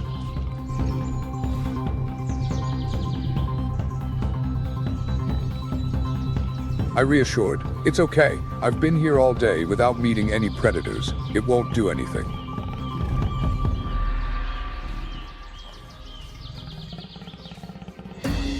However, I still suggested, "Why don't we go first? Don't hesitate any longer."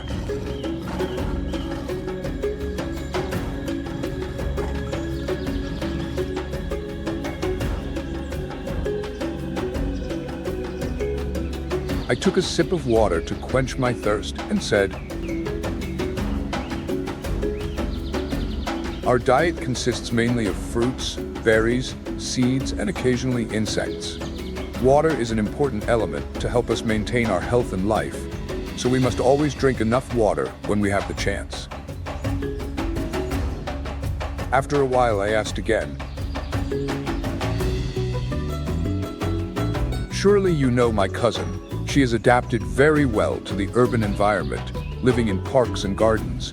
People say they have seen her there, looking for food. She is a great example of the ability to coexist with human activities." I sighed and shook my head. "But I can't fly to that city. It's too far. I'll stay here a little longer and drink some more water." While I was relaxing, a friend flew away. "Hey, where are you going? Wait for me." I turned back and said,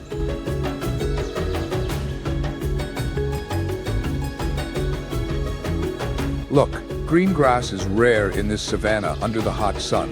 We can't miss this opportunity to find water and introduce the young ones in the herd to this territory. Every time the water source dries up, we have to move further and further, looking for new water sources and fresh pastures. This is not an easy job, but this is our way of life." I thought to myself, we have to be patient and always be ready for long migrations, traveling hundreds of miles to maintain. This is a great opportunity to explore the surrounding land. I said excitedly, "Mom, is it still far? Are we almost there?" The baby zebra asked curiously. "No, we're close. Follow me. I'll show you and tell you everything you need to know. But don't go too far. Don't get lost." Hurrah! Finally, I'll be able to see things with my own eyes and drink water like a grown zebra. The baby zebra cried, full of excitement. "Don't worry, I won't get lost. Just call me. I'll recognize you by your call and your stripes." The baby zebra continued to think. Could our ancestors have imagined that I would become such a strong, beautiful, and agile zebra? Probably not. How could they have known about a zebra like me? Then he was bothered by the flies. "These flies keep bothering me, not giving me peace to think about important things." The baby zebra continued to relax in the sun. It's wonderful to relax and walk on the savanna, breathing in the fresh air and feeling the warm sunshine. One day, I will grow up and become strong and agile like my brothers in the herd. Then, my father won't have to protect me anymore. I will explore the world on my own, becoming a mature, free, and independent zebra. But for now, I still like to drink my mother's milk and rest a little. "Don't bother me, child," replied the mother zebra, who was busy eating grass. "I will teach you how to eat grass. We are herbivores, so we can't do without these meals. But these insects are distracting me, child," the mother zebra said, while wagging her tail to chase away the flies. "Look, aren't those stripes on our bodies beautiful? They're not just decorative stripes, they're also unique fingerprints for each of us zebras. Even though we look alike, with these stripes we can recognize each other easily, just like humans recognize each other through fingerprints. Although our fur is thin and short, unable to protect us from insects, the stripes on our bodies repel many insects because they can't recognize the striped surface as a place to perch. It's great that we can protect ourselves with these stripes," I said, while the baby zebra tried to hop around. The baby zebra happily said, "Look at me, Mom, I'm so fast, so clever." Then he continued, "It's great that we are herd animals. I have many brothers and sisters to play with. I love playing with them, and it's even better when the whole group protects and takes care of each other. So I don't have to worry about anything when I have the whole family by my side." The baby zebra couldn't wait any longer and shouted, "Hurrah! I see the water. I can't wait to jump into the water, Mom. Hurry up." The baby zebra ran towards the water, full of excitement. "Look, a big lake, how wonderful. Mom, this is the first time I've seen such a big lake."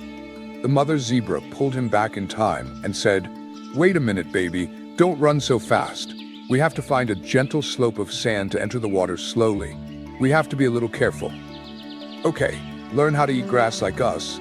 Look at your mother and your brothers and sisters and do the same. Find fresh green grass and pull it out." The zebra mother began to instruct. "We have strong lips, specially designed to open our mouths and pick up grass. That's why they are so tough and flexible. Besides, our incisors and molars are also very developed, helping us to crush hard plants.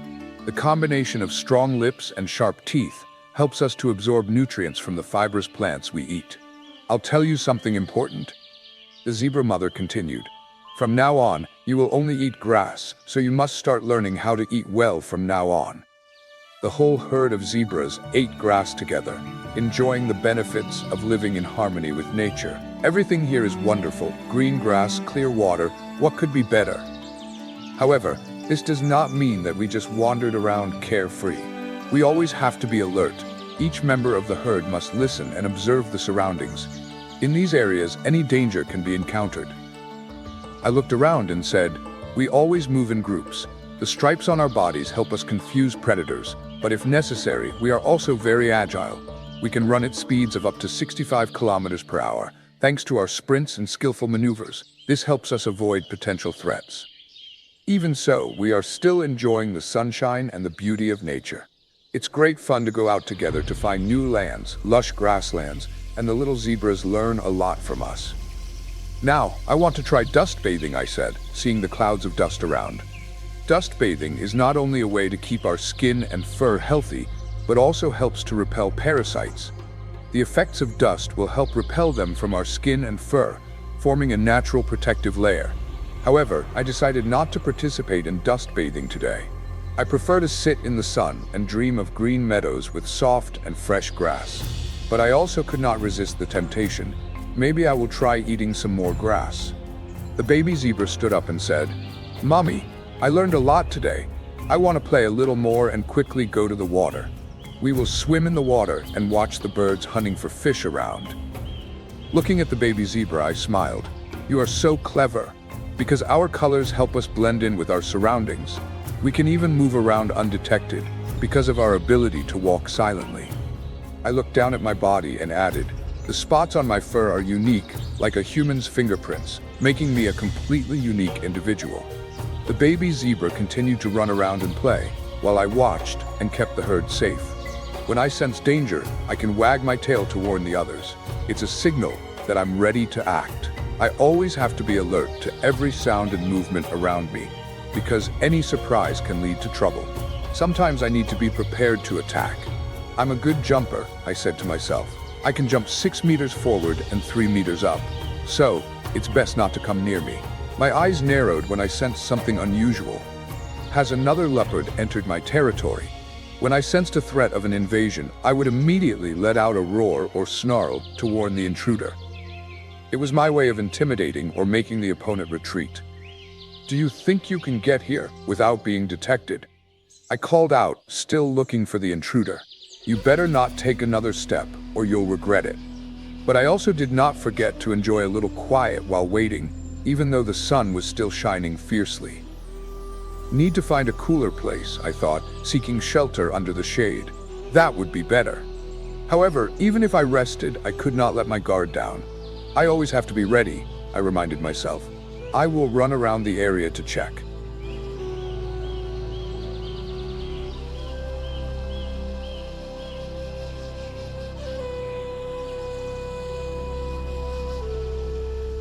If you think I'm just an ordinary leopard, you're wrong. I can run up to 58 kilometers per hour, and have agile and unpredictable movements when hunting or moving in the surrounding environment.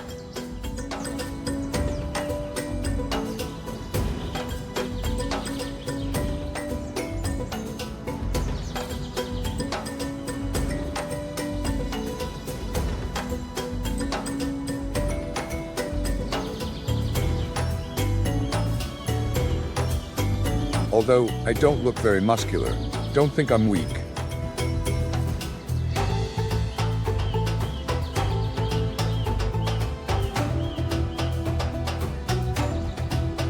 I can pull up a prey twice my weight in a tree.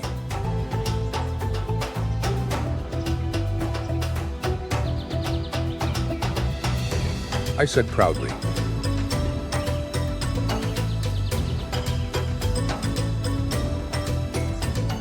And the effort is completely worth it, because I can enjoy my meal in peace without being disturbed by anyone, such as hyenas or piranhas in the bushes.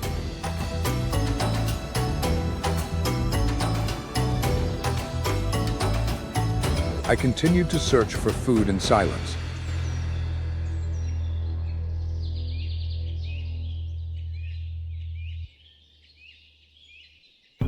Let's see, is there anything to eat? I asked myself as I looked around.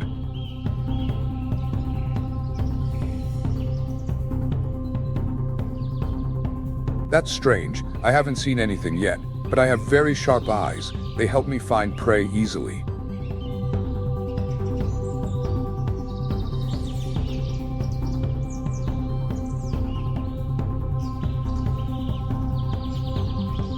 I'm not here by accident either.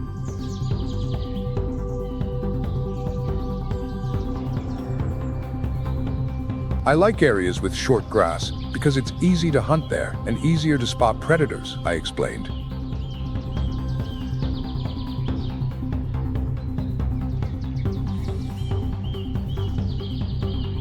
My spotted brown fur is also an advantage, as it helps me blend into my surroundings and become a natural hunter.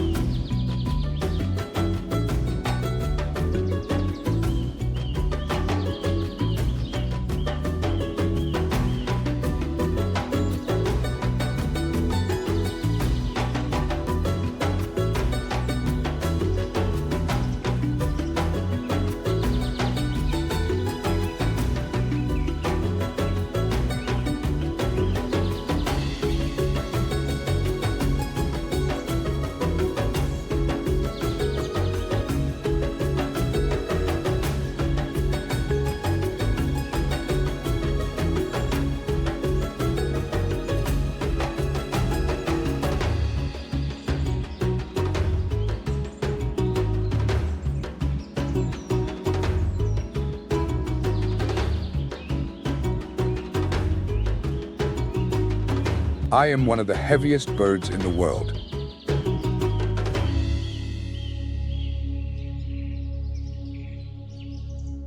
So don't think of me as an ordinary bird.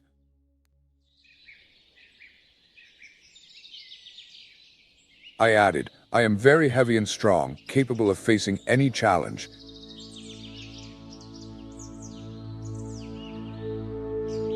Yes, I can fly, but I only fly quite short distances, mainly to find places with good food or to avoid predators. Actually, I live mostly on the ground, spending most of my time walking and foraging like now.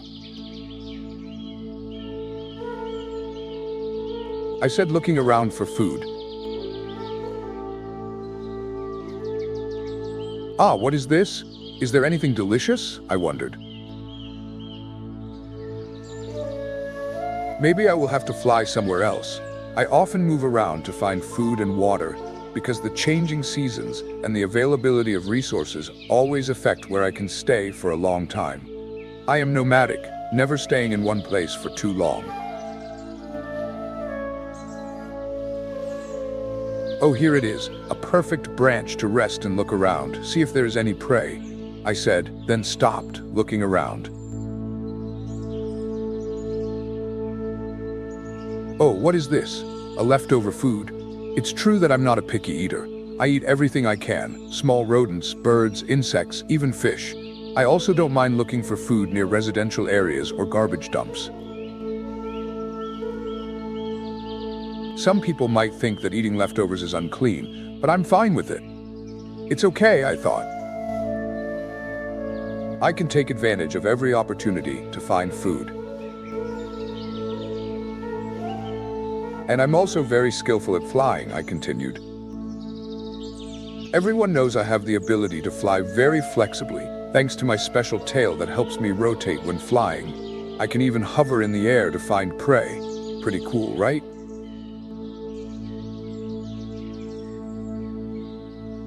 I can also adapt to urban environments.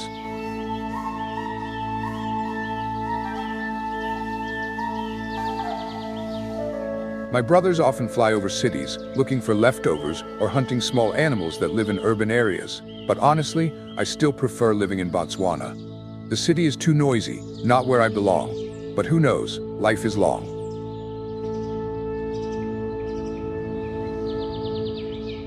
I continued to fly in the air, relaxing while looking for food. Ah, I didn't think I would catch this prey, but I was right in the end. I chased after the prey and proudly said, "Actually, I live mostly on the ground. Although I can fly a short distance, I prefer to walk." Finally, I smiled and said, "But today I am lucky because I met the prey."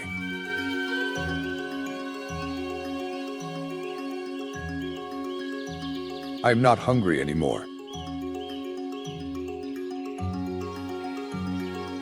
After a long day, I found a warm patch of land under the afternoon sun and lay down to relax.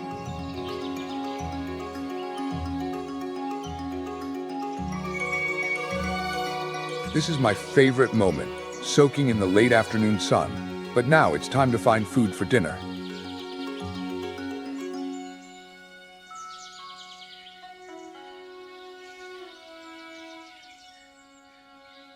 In this wildlife, each animal has its own way of survival, and flexibility and adaptability are extremely important factors. Have you ever wondered, if you were me, what would you do to survive in such a challenging world? Share your thoughts with me.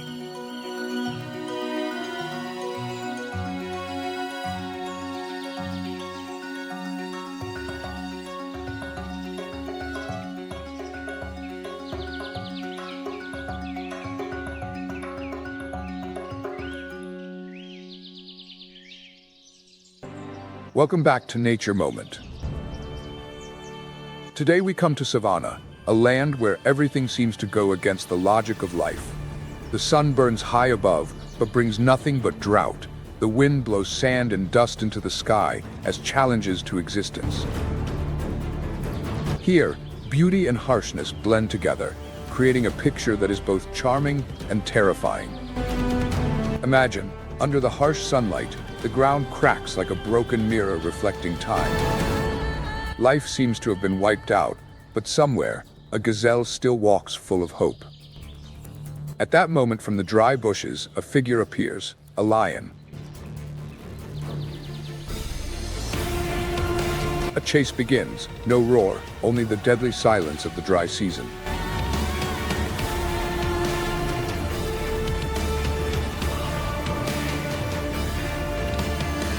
The predators, who are symbols of strength and majesty, also have to shrink before the harshness of the cold. And the Mara River, once the bloodline of the savanna, is now bare, exposing its dry riverbed, where fierce battles for survival are constantly reenacted.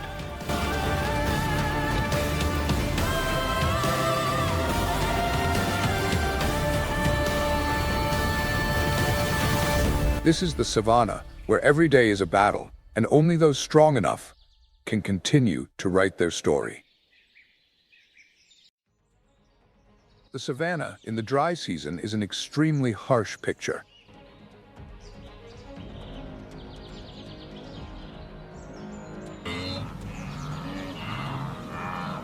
The trees are withered, only the thorny bushes can survive, but even they are crying silently under the terrible heat.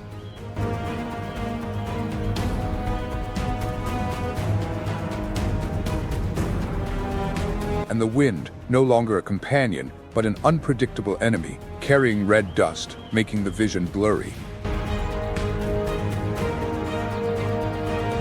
Does that image make you feel suffocated? The feeling of deprivation and no safe place.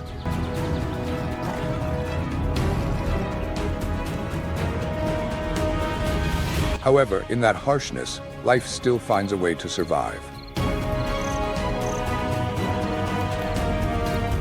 Because the dry season is not only a challenge, but also a natural purification.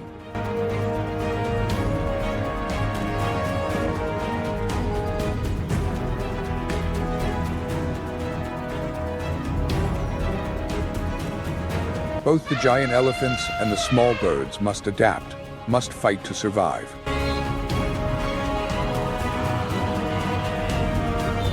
This is an uncompromising war, where only the strongest, most resilient can overcome. So, what do you think you would do if you were in the middle of such a life and death struggle?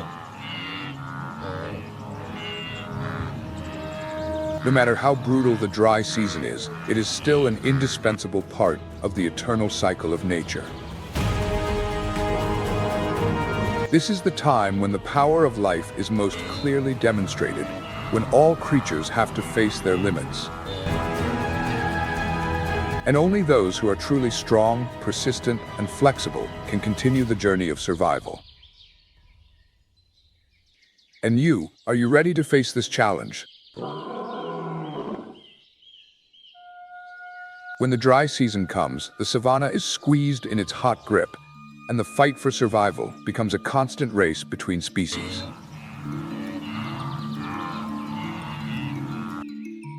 The animals here, from the agile Thompson's gazelle to the powerful kudu and wildebeest, all have special skills to deal with the fierce challenge. But the dry season is no respecter of persons. Every day, every hour, the fight for survival takes place amid the intense heat and the fear of survival. Look at the small but extremely powerful warriors, Thompson's gazelle. These animals are born with strong legs, an extraordinary speed, and a slim body, weighing only 15 to 35 kilograms.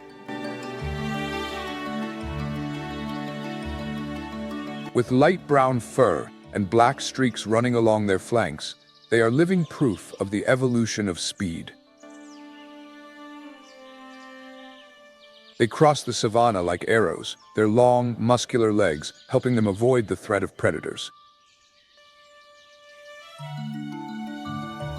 However, in the dry season, when water sources become extremely precious, hiding in the wild is no longer easy. Predators are always lurking, waiting for any negligence. Have you ever thought that speed can be the deciding factor for survival? In the harsh heat of the savanna, when every puddle becomes a gold mine for both predators and prey, the battle becomes even more fierce. A group of Thomson's antelope, about 20, approaches a small puddle. At the head of the group is the leader, his ears erect, cautiously listening to every sound around. The rest stand in a circle, always ready to run away. But as you can imagine, no matter how careful you are, accessing water is a gamble, where the odds of survival are a matter of strict math.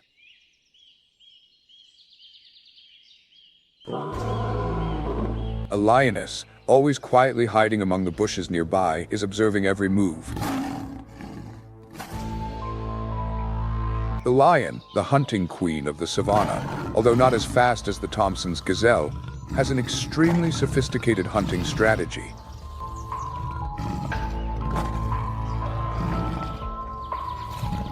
Their muscular strength, patience, and excellent group coordination make them fearsome hunters.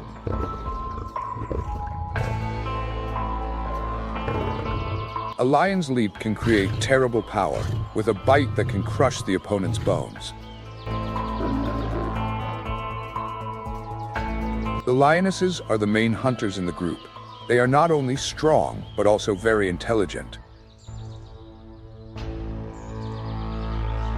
They approach the group of gazelles, their bright yellow eyes never taking their eyes off their prey. When a gazelle approaches the water, the decisive moment has come.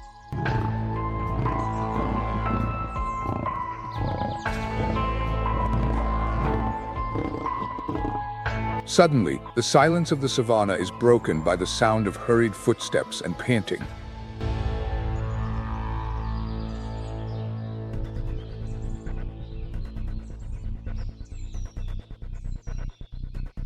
In the blink of an eye, life and death are decided on the feet of these tiny warriors. Thomson's gazelles, which can reach speeds of up to 80 kilometers per hour, break through in a life and death race that even Usain Bolt can't compete with. But, as you might have guessed, agility isn't always enough. Each sudden change of direction helps them outrun agile predators like lions. But can intelligence and speed save them from imminent death? In this moment, the antelope's survival and the cruelty of nature are clearly shown. It's not just a race, but a battle between intelligence and strength, between prey and predator.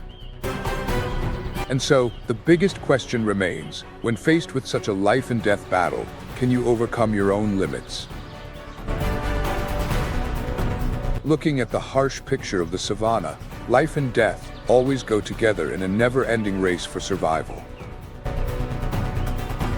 This scene is even clearer when we watch the survival race of a young antelope. Too young to reach the speed of adult antelopes, but the survival instinct urges it to charge with all its remaining strength.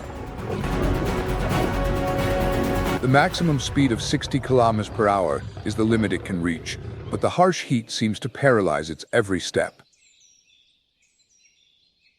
Meanwhile, a lioness, a veteran predator, is quickly closing the gap.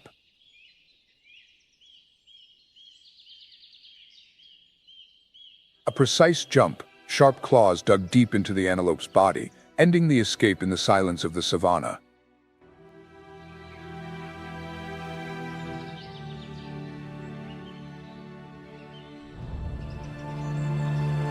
It is worth mentioning that lions, despite their strength and agility, can only maintain their maximum speed for a few seconds before they are exhausted.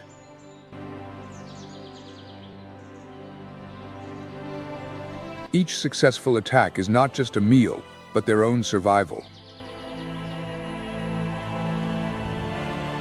A failure can lead to a week of hunger and finally exhaustion under the scorching sun. But in this cruel world, there is no room for mercy. Life goes on, and the Thomson's antelopes have escaped the predator, quickly disappearing into the distance. All that remains is the shadow of the war, the lessons that species must learn to continue living, to continue surviving. Each antelope runs not only for itself, but also to protect the community, to protect hope for tomorrow. And when the sun gradually sets, giving way to the darkness, life in the savanna continues to revolve.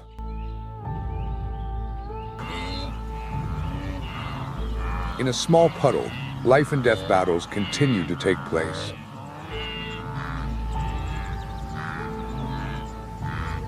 But unlike the small and agile Thompson's gazelle, the wildebeest uses a different strategy, a strong, united army in the community.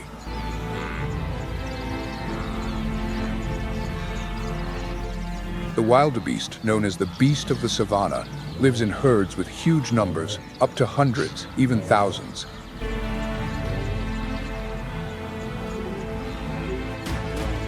Each of their steps echoes on the barren ground, creating a deep sound, as if reminding everyone that life in the savanna is a constant battle.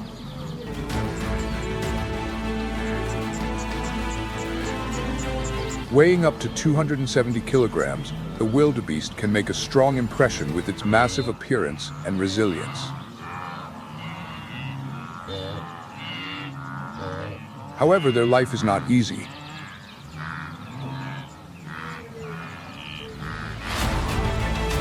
Adult wildebeests, with their gray-brown coats and sharp curved horns, although easily blending into their surroundings, are an obvious target for predators.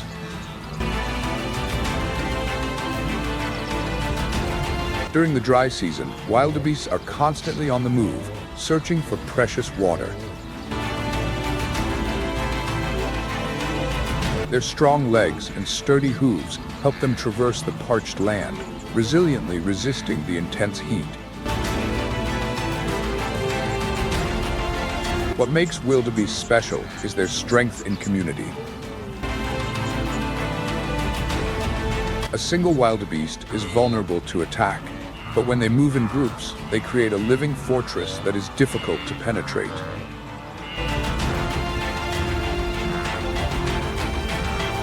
The strongest wildebeests stay on the outskirts, protecting their calves and weaker members of the herd. This is the key to surviving the brutality of the dry season, where solidarity helps them survive.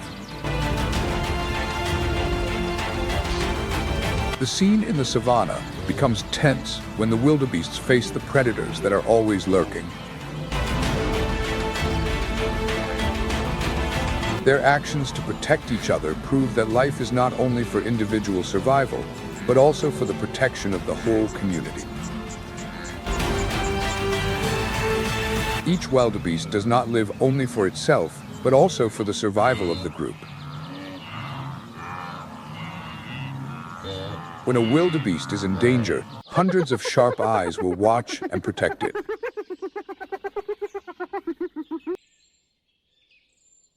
Each adult wildebeest will not hesitate to confront a predator, even a lion, if necessary. Interestingly, wildebeests are never alone. The combination between them and zebras is a smart strategy. Zebras, with the ability to see far, can detect lions up to 2.5 kilometers away, always act as sensors for the group. Once there's a sign of danger, they immediately send a signal, and the whole herd of wildebeest will immediately go into defense mode. Unity is the strength that helps them survive fierce attacks.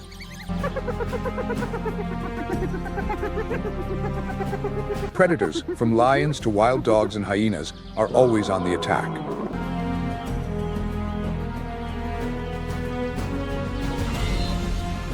The chases last for a long time, sometimes for hours, forcing the prey to collapse from exhaustion.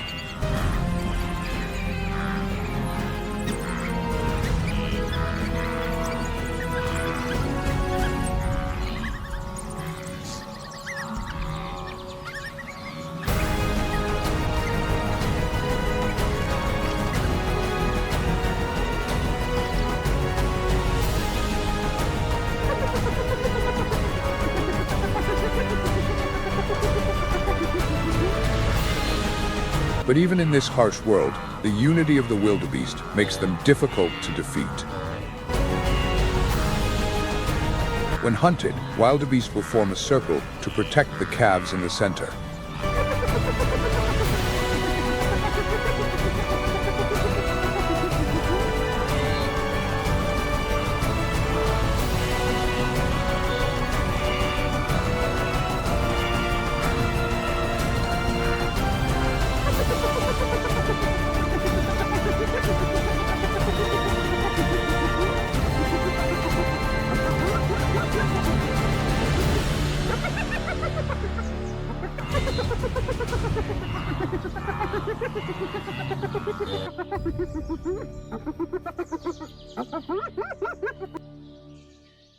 Sometimes, the strength of an adult wildebeest, with its sharp horns, can knock out a hyena and force the whole herd to give up.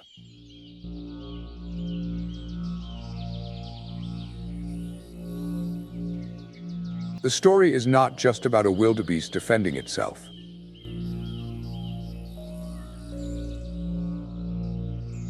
The story is about the determination of the whole community to protect what is most important: the survival of the next generation.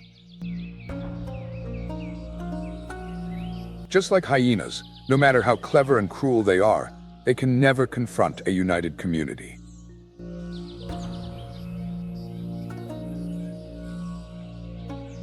It is that unity, along with physical strength, that helps the wildebeest resist all dangers in the harsh life of the savannah.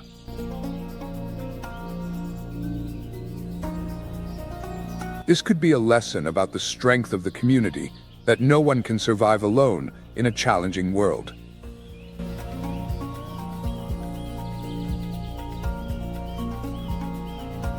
The story of life in the savannah becomes more intense when life and death are only a moment apart.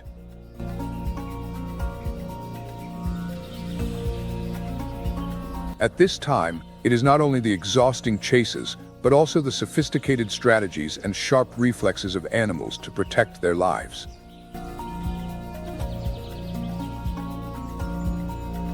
The wildebeests do not rely only on individual strength, but on the combination of the whole group, a united strength that cannot be broken.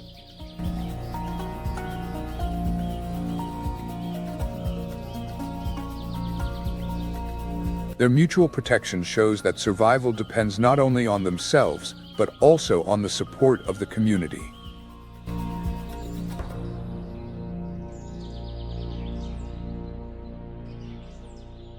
But in this harsh world, not all species rely on the strength of the community.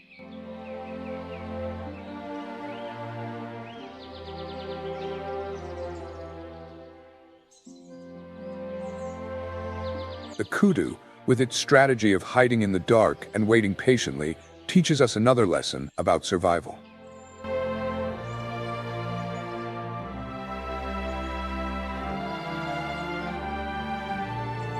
They are not as fast as Thompson's gazelles or as strong as wildebeests, but instead, they choose a cautious lifestyle, avoiding dangerous chases.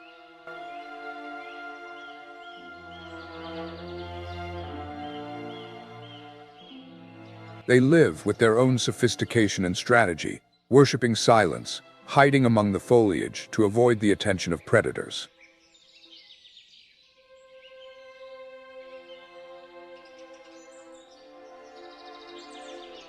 Meanwhile, the leopard, an experienced predator, shows off its hunting skills and great patience.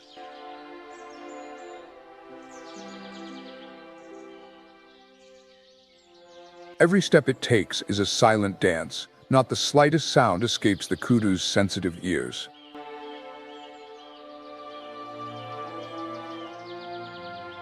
Despite its ability to strike suddenly, leopards still have to face the vigilance of their prey, because in this world, no one is completely safe.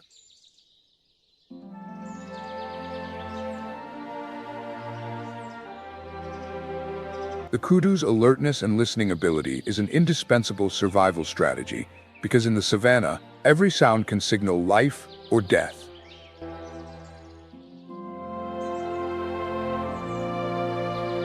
The lessons of life in the savannah are not only about physical strength, but also about strategy, patience, and solidarity.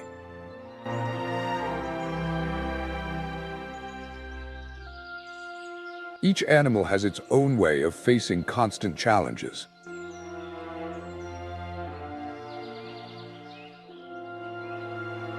The kudu teaches us that patience, silence, and ingenuity can help us overcome dangers without having to rush into direct battle.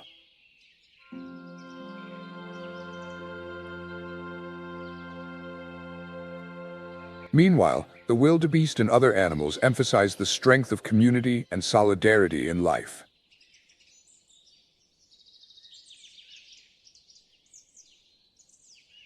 In the heart of the savannah, life never stops moving, and animals, no matter how strong or skillful, have to struggle with challenges day after day.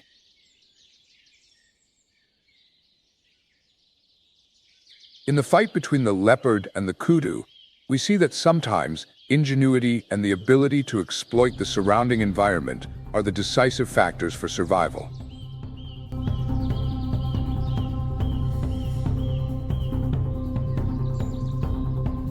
The kudu, although not the fastest runner, has the ability to take advantage of the terrain to avoid danger. The agility in each step, the calmness while running away from predators, clearly shows a different life strategy.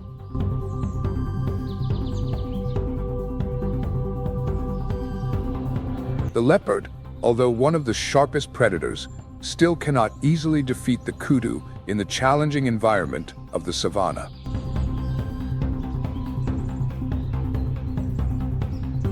The kudu's caution, quick reaction time, and use of the terrain to escape is a lesson that survival sometimes depends not only on speed or strength, but also on a combination of patience and sophisticated strategy.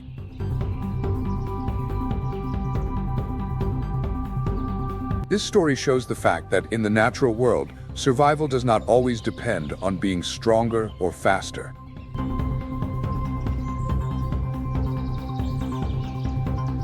Sometimes, victory only comes from being in harmony with nature and being ingenious in using the environment to ensure survival.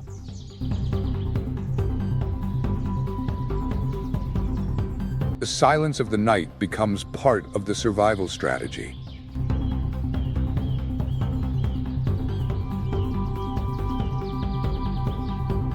Animals, especially kudus, know that in the darkness of the night, they can escape the attention of predators and take advantage of the opportunity to find food and water.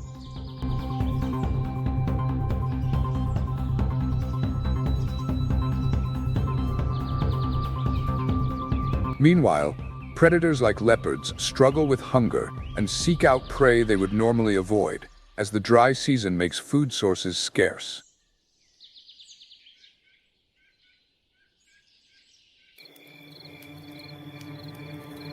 Both worlds, of predators and prey, are a never-ending chain of interactions, where every life and death has a meaning in maintaining the balance of the ecosystem.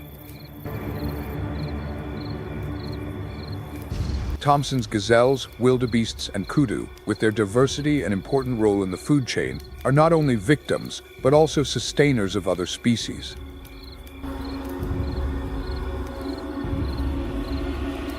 When a gazelle is hunted, not only does the leopard or lion eat it, but creatures like the hyena and scavenger birds also find sustenance.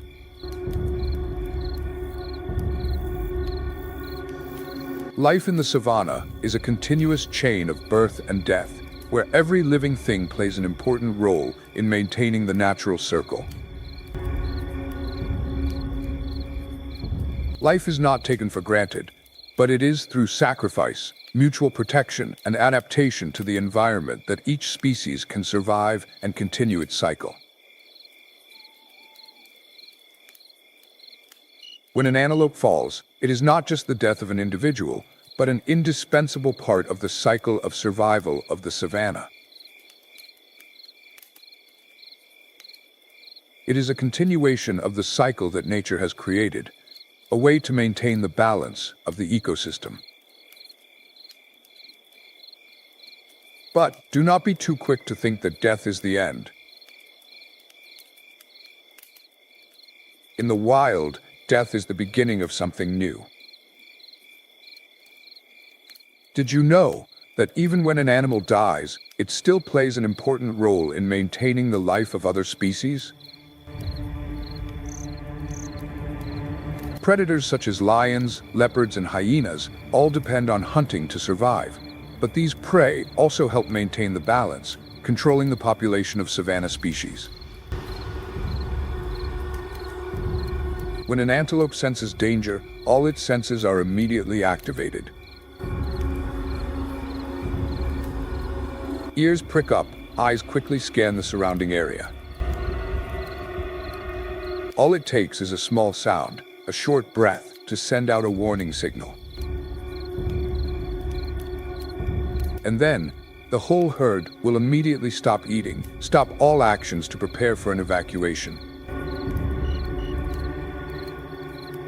Life here depends not only on individual strength, but also on community connection, communication through subtle signals of nature.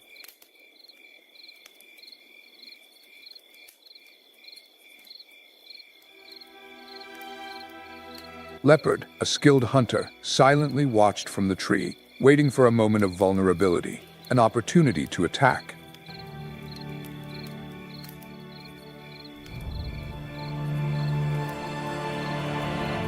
A young antelope, naive and unaware of the danger, left the group and continued to look for food.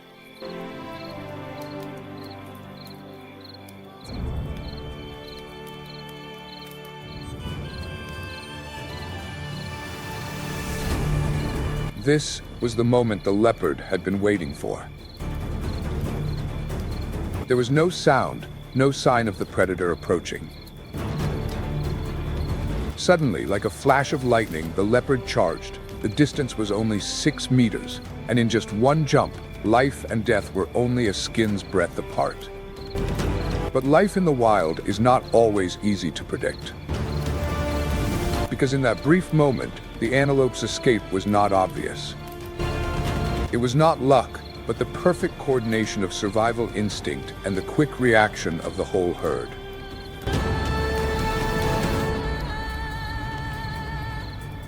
The dry season is the most difficult period, when food and water are scarce.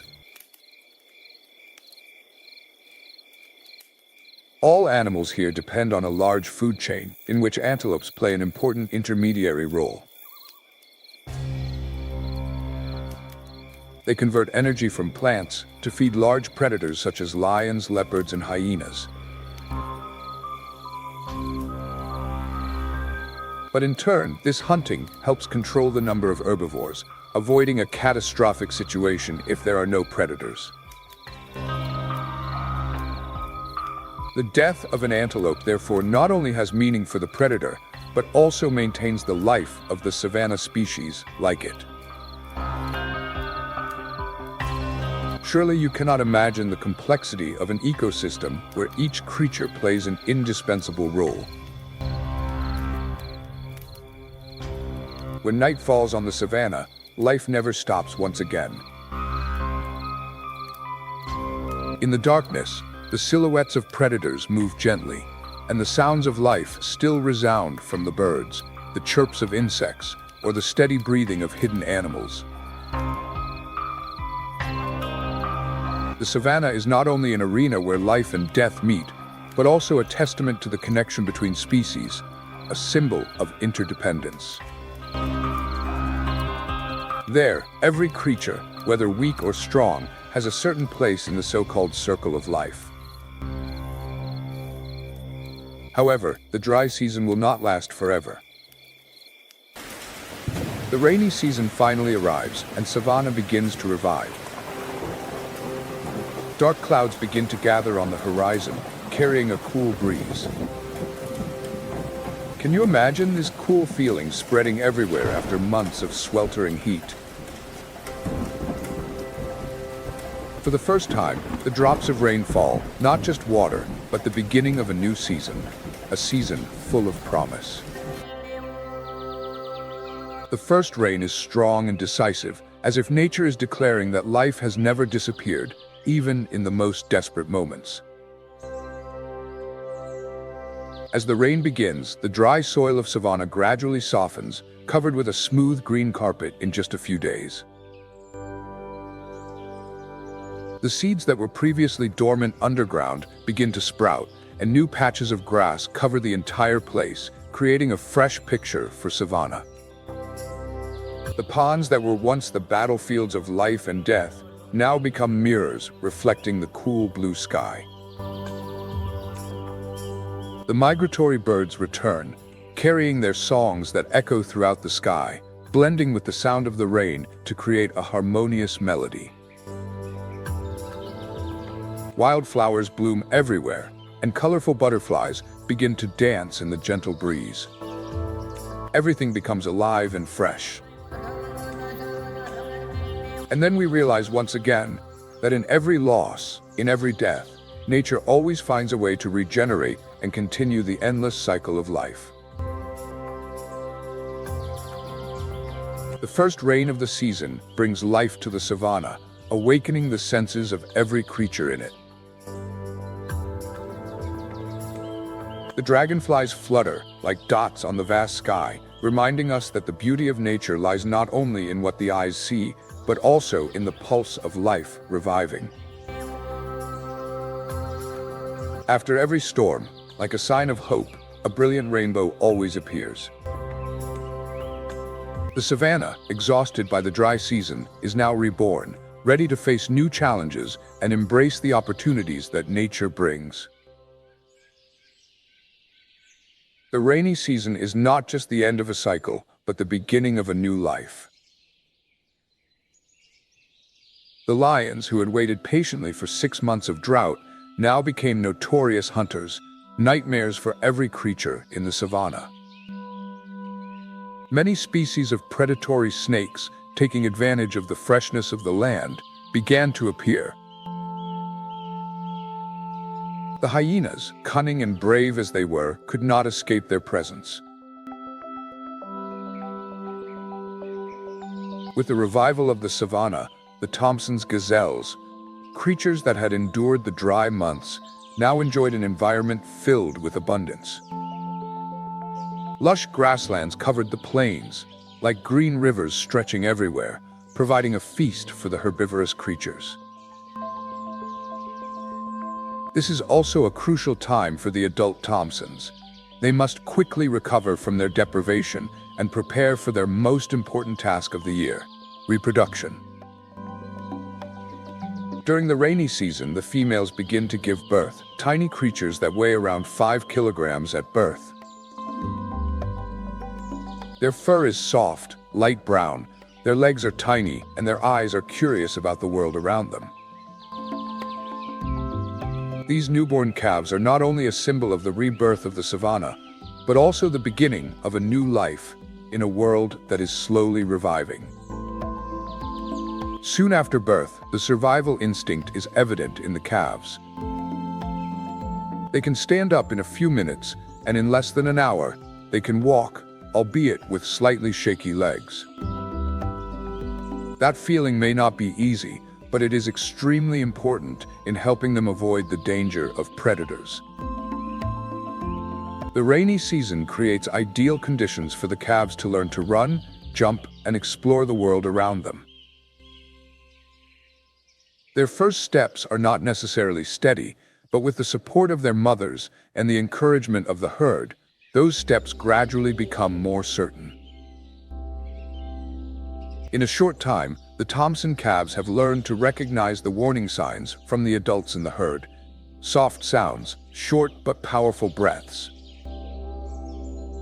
All of these signals are the language of survival, the way the creatures here communicate to protect themselves and the community. In just a few weeks, the calves can run at speeds of up to 50 kilometers per hour, not just to play, but to survive. Every leap, every lunge forward is a preparation for the challenges of this difficult life. The morning sun shines, the Thompsons dash across the green fields, leaping into the air, sometimes as high as a meter. Every jump is not only physical training, but also a way for them to learn, to prepare for greater challenges in the future. Do you see this powerful image as these little creatures continue to learn, grow, and become stronger day by day?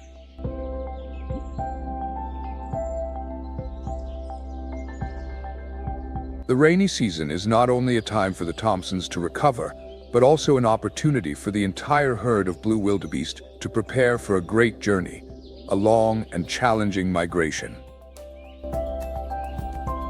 With abundant food and fresh water, the wildebeests take advantage of every moment to regain their health and accumulate energy for the upcoming journey. At the same time, the savanna becomes a real feast, when lush and abundant grass covers the land, creating conditions for all animals to live and develop. All creatures here understand that, in just a short moment of the rainy season, they can find life, opportunity, and hope. On the vast grasslands, the savanna becomes a place to provide essential nutrients for the wildebeest herd. Thousands of heads bowed, nibbling on fresh young grass. But for the wildebeest, this is not just a meal, but a preparation, a promise of renewed strength to face the challenges ahead. The rainy season is more than just a change in climate. It is the starting point of a unique survival strategy: mass reproduction. In a few short weeks, more than 500,000 calves are born, forming an impressive biological shield on the grasslands, making it difficult for predators such as lions, hyenas, or leopards to attack the weak calves. Time waits for no one, and the calves must grow quickly. They weigh about 18 kilograms at birth, but immediately they must stand up, albeit on shaky legs, and take their first steps. This is not a random act, but an urgent need for survival.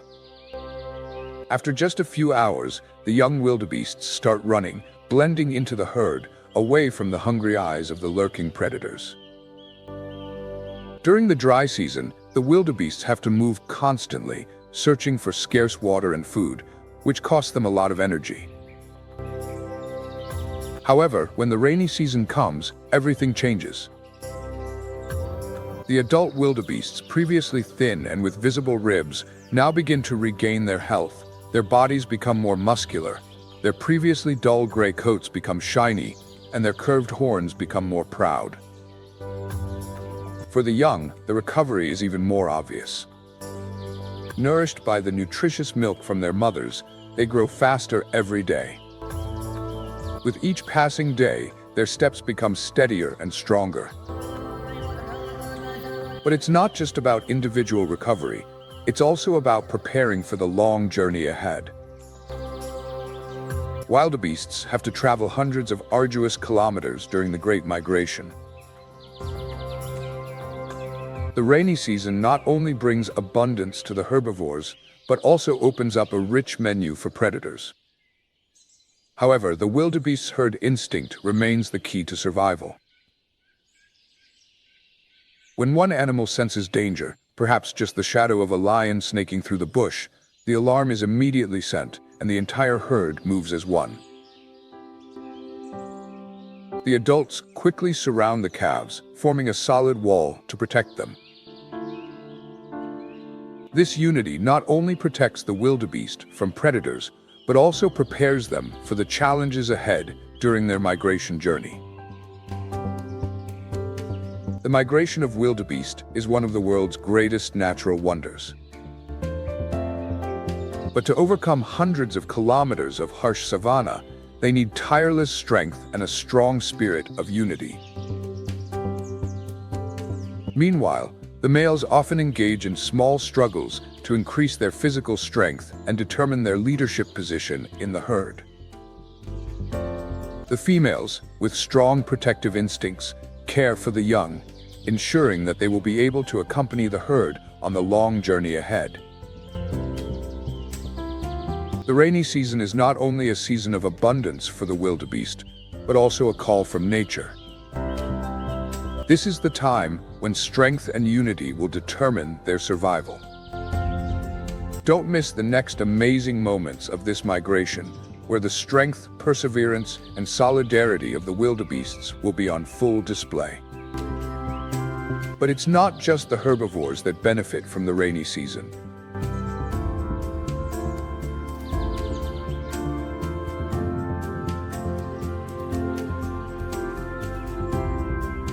A less noticeable, but no less important species is the kudu, a large and powerful animal.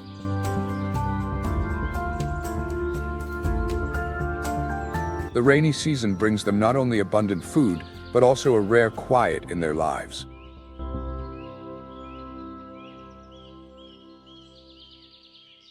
With their gray fur and long curved horns, kudu find rare peace in the rainy season.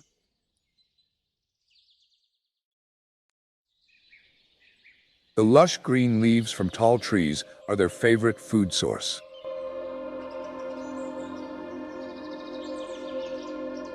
With their long necks and flexible tongues, kudu easily access food sources that other animals cannot reach.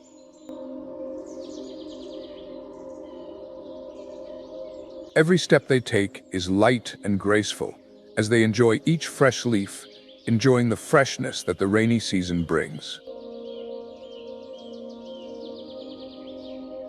For kudu, the rainy season is a time to fully appreciate the gift of nature, a relaxation amidst the challenges of wildlife.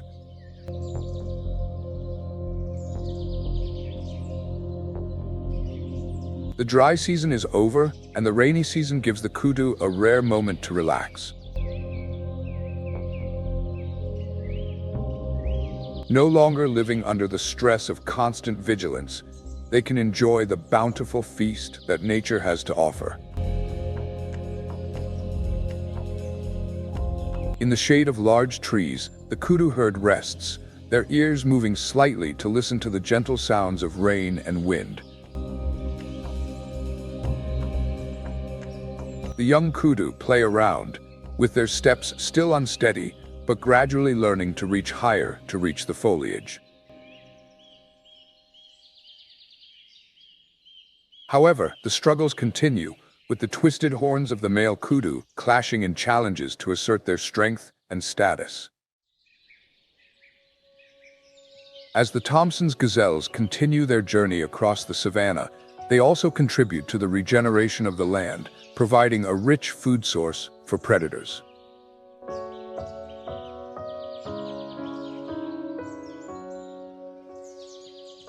But they knew that this peace would not last forever.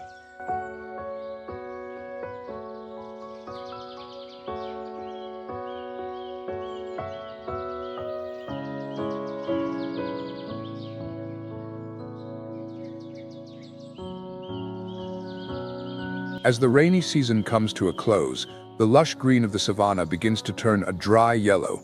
The small puddles dry up and only cracks remain on the ground.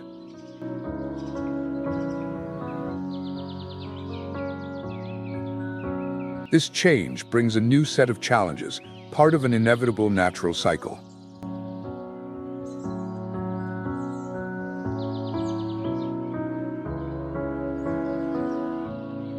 More than 1.5 million wildebeests begin their legendary migration of more than 2,000 kilometers from the Serengeti grasslands towards more fertile lands.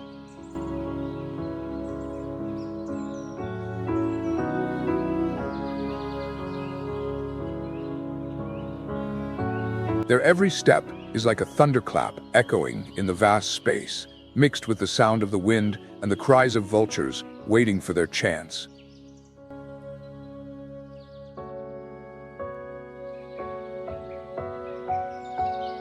The herd of zebras, with their sharp eyes, leads the migration, searching for water and food, while they face the challenges of harsh nature.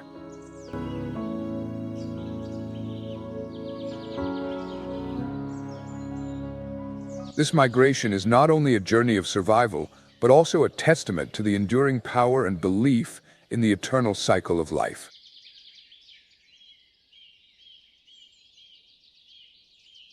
During this migration, the wildebeest herd, with its survival strategy based on strength in numbers, becomes the center of all movements.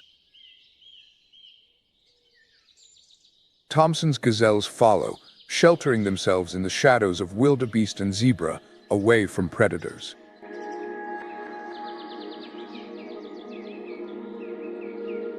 Each step they take is part of a larger picture, a testament to the vitality and hope in the journey of life of wild creatures.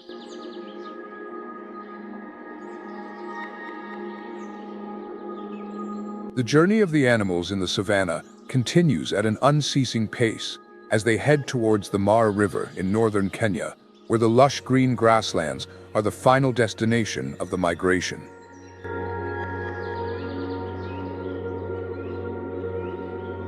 To achieve this, however, they face one of nature's harshest challenges, crossing the Mara River, where predators lurk in the shadows.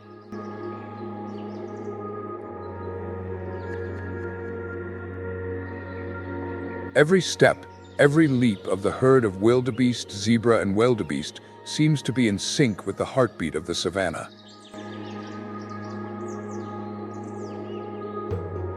Despite their large numbers, the wildebeest herds maintain an astonishing level of organization.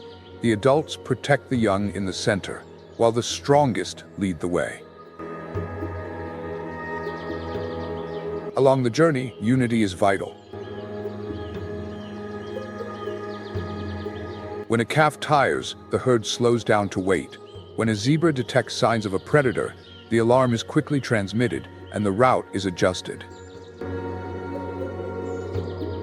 The journey is not just about survival, but also a race against hunger and thirst. Every step, every moment must be carefully considered. These animals, like cogs in the vast survival mechanism of the savannah, have no time to waste. According to ecological studies in 2023, during the migration, they can travel 10 to 15 kilometers per day, much faster than at other stages of the journey. This is a survival instinct passed down through generations, a behavior guided by nature. As the rainy season comes to a close, Thomson's gazelles, although not as strong as wildebeests, still rely on their agility and observation skills to maintain safety.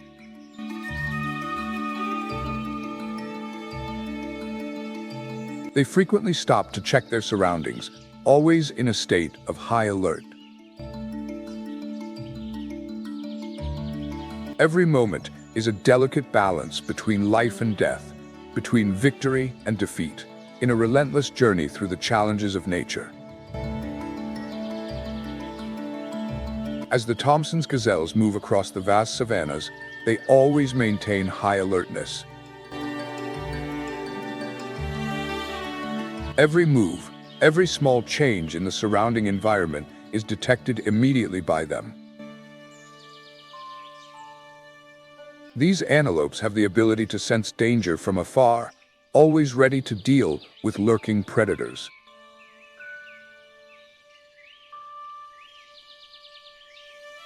Meanwhile, the kudu's herds continue their quiet life.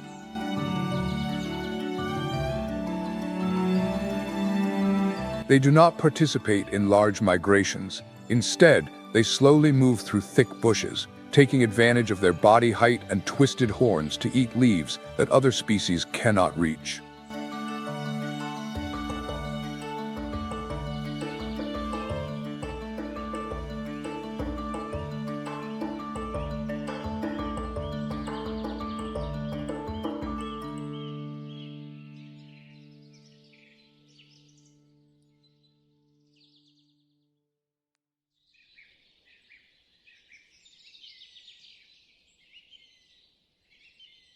As the herd of wildebeests began to approach the banks of the Mara River, the atmosphere became tense.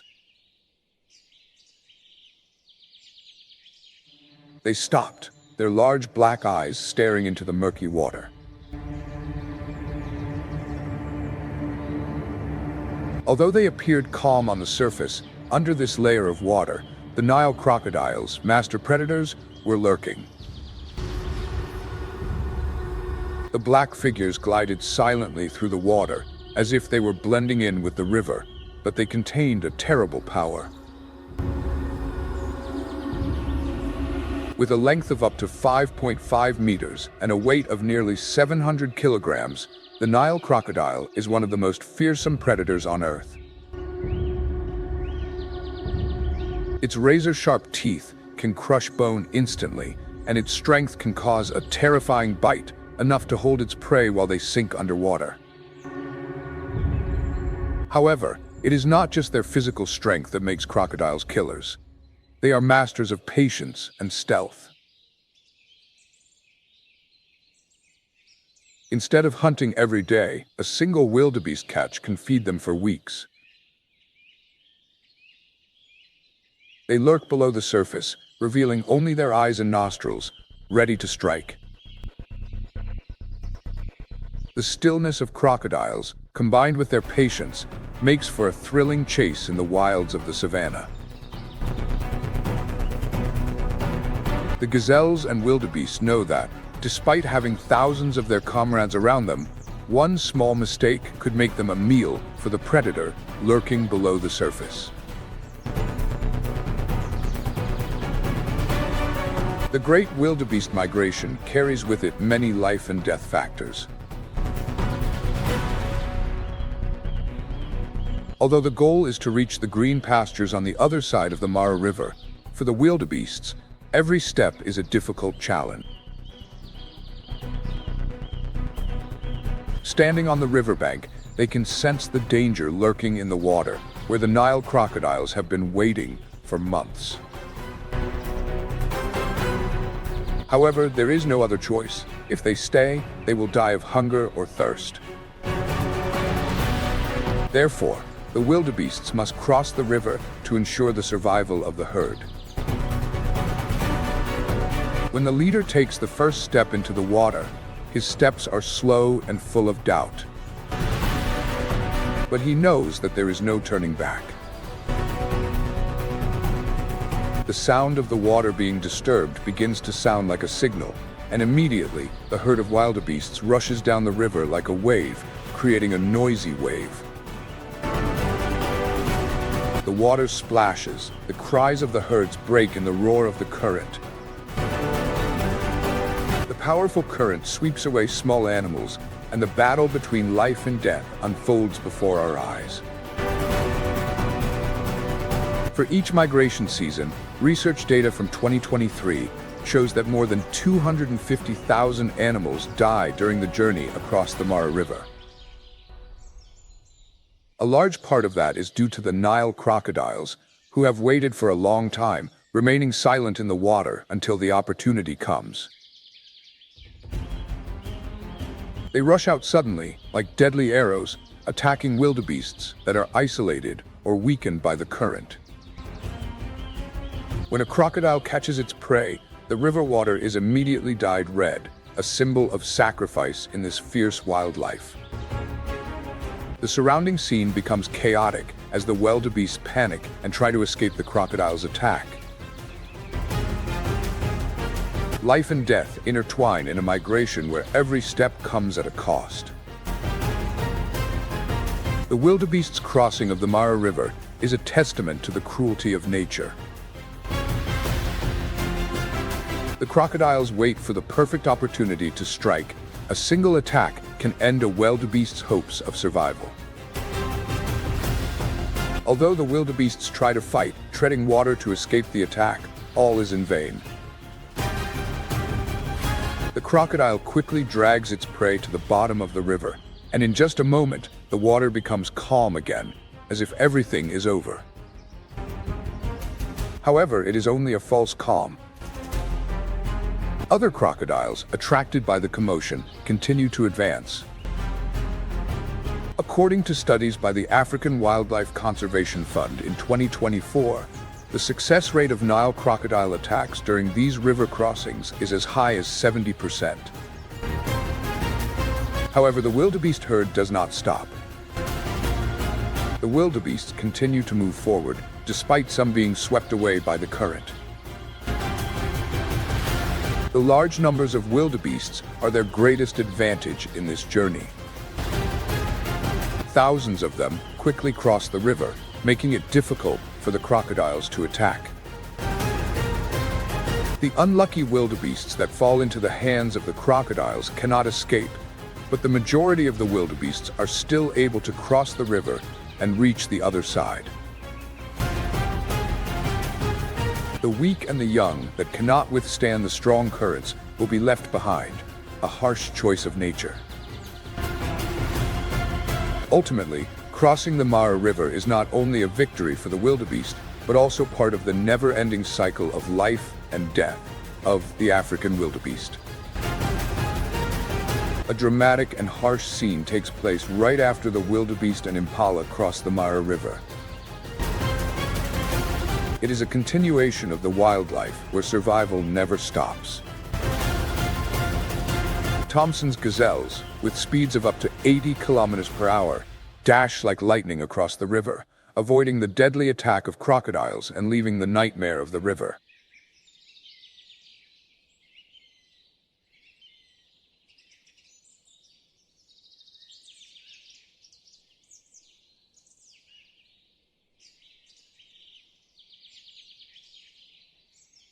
Meanwhile, the larger kudu, although capable of leaping farther and more powerfully, only dare to cross the shallow areas where the water flows slowly and crocodiles are less present.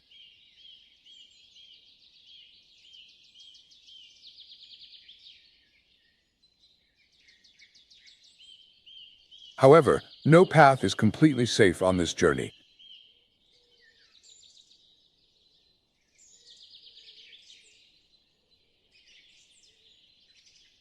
Once they cross the Mara River, life does not get any easier.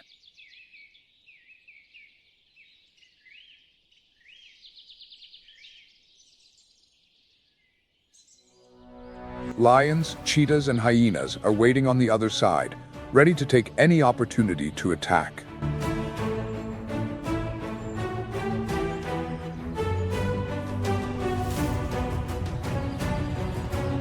Cheetahs, which can reach speeds of up to 120 kilometers per hour, will target agile antelopes like Thomson's gazelles, although they can also reach speeds of up to 80 kilometers per hour and possess impressive agility.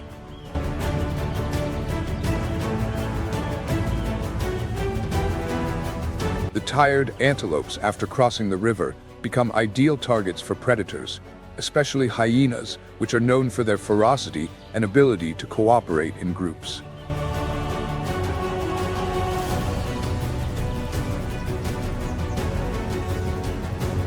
But not only hyenas, lionesses are also formidable predators.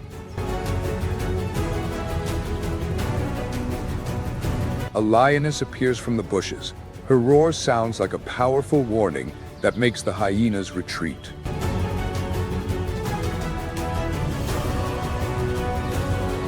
However, the hyenas do not give up easily. They quickly reorganize their formation and surround the lioness, challenging its dominance. From predators to prey, all must constantly struggle to survive in the vicious cycle of life and death, where even the strongest have no guarantees. Every day is a battle for survival in this fierce wild world. The story continues to paint an impressive picture of the wild, where life and death blend together in an endless cycle. Although the fight between the lion and the hyena was dramatic, and although the hyena might dare to confront the rulers of the savannah, the power of the lion could not be overcome. The hyenas, although strong and wise, were forced to retreat, temporarily ceding the crown to this great animal. This fight, important as it was only a small part of the vast picture of nature.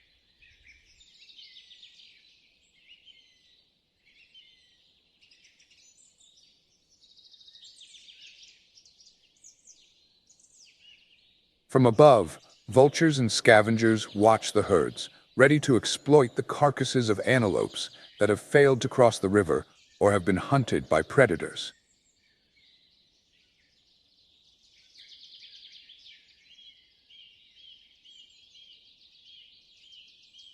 It is a seemingly cruel sight, but it plays an important role in maintaining the balance of the ecosystem.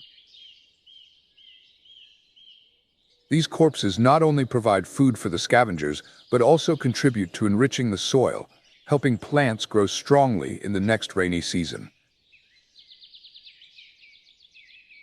Death in nature is not an end, but a continuation.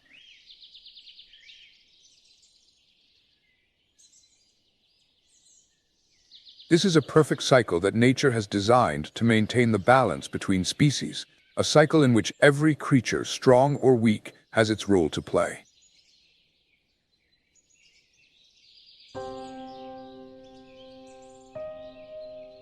As the sun sets over the savanna, the herds continue their journey. Though tired and hungry, their spirits are not shaken.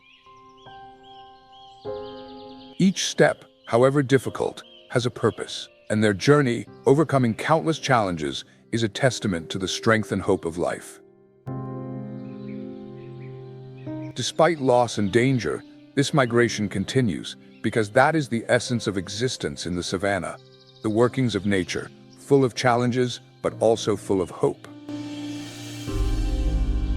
The Safras of life is always reborn from Mother Earth, where each migration is not only survival, but also part of the endless cycle of birth and rebirth.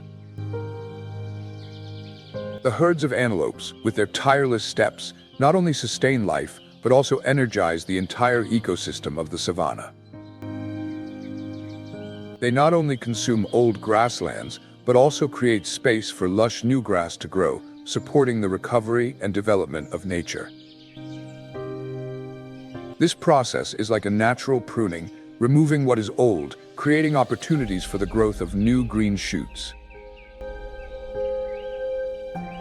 The footsteps of antelopes are not only traces on the ground, but also the source of regeneration for plants and animals in the savanna. With each trip, they contribute to the regeneration of living space for other species, helping to maintain the balance of the ecosystem. Vultures and other scavengers clean up the remaining carcasses, preventing the spread of disease. Predators, such as lions and hyenas, not only depend on successful kills, but also benefit from the abundance of prey during the herd's journeys. Finally, when the herds reach the lush green pastures of the Mara, a new cycle begins. The rain falls, restoring the devastated grasslands, providing a new environment for the growth of creatures seeking life. All of this creates a perfect cycle of nature, where life, sacrifice, and rebirth exist in parallel, under the guidance and protection of nature. Every year, this story is rewritten on the grasslands of the savanna, as a reminder of the power of life and hope that never fades. The vast grasslands stretch to the horizon, where all wild creatures find a place to live.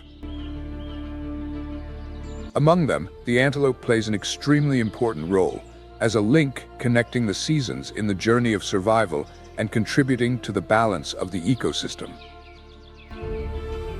But today, the call of the wild is no longer simply absolute freedom. Behind every step of the antelopes, there are increasingly greater challenges that they have to face, not only from harsh nature, but also from the constant intervention of humans.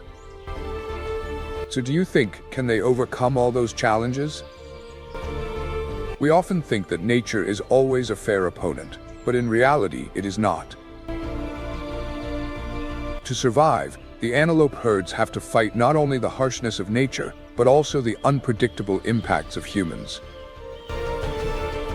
Every challenge they face is not just a fight for survival, for the individual, but for the species as a whole.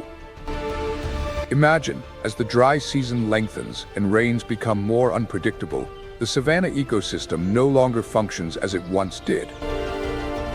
The tiny Thompson's gazelle, which already travels daily in search of food and water, now has to run farther, covering longer distances in search of life.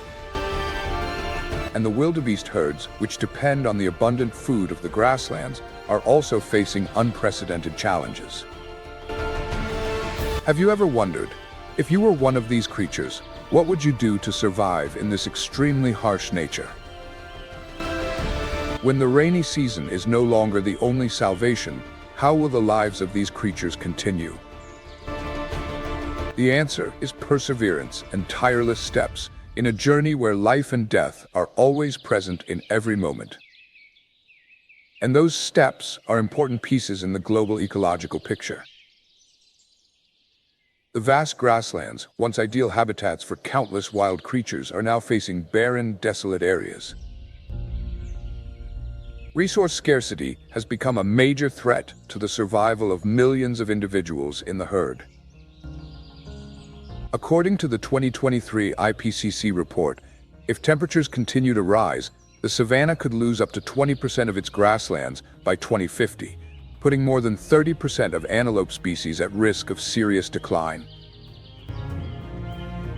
This is not only a warning about habitat degradation, but also a sign of a major ecological crisis. But that's not all.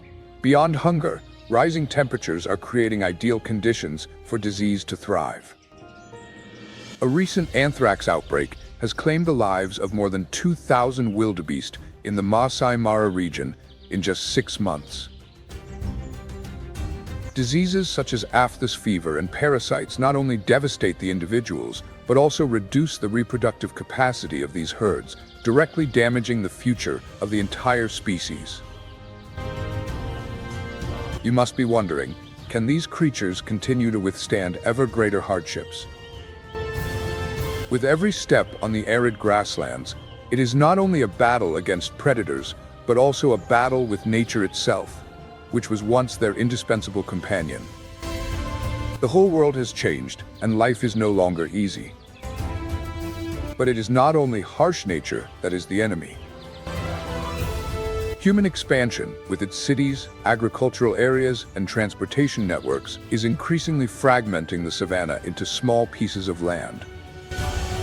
Areas that were once pristine grasslands have been replaced by land development, residential areas, and endless paved roads. According to the International Union for Conservation of Nature, IUCN, more than 40% of the antelope's habitat has been lost in the past 50 years. The Serengeti region, once a haven for animal migration, is now being cut up by road projects. These roads not only fragment herds, but also contribute to the rise of illegal hunting. Do you see any injustice in these changes?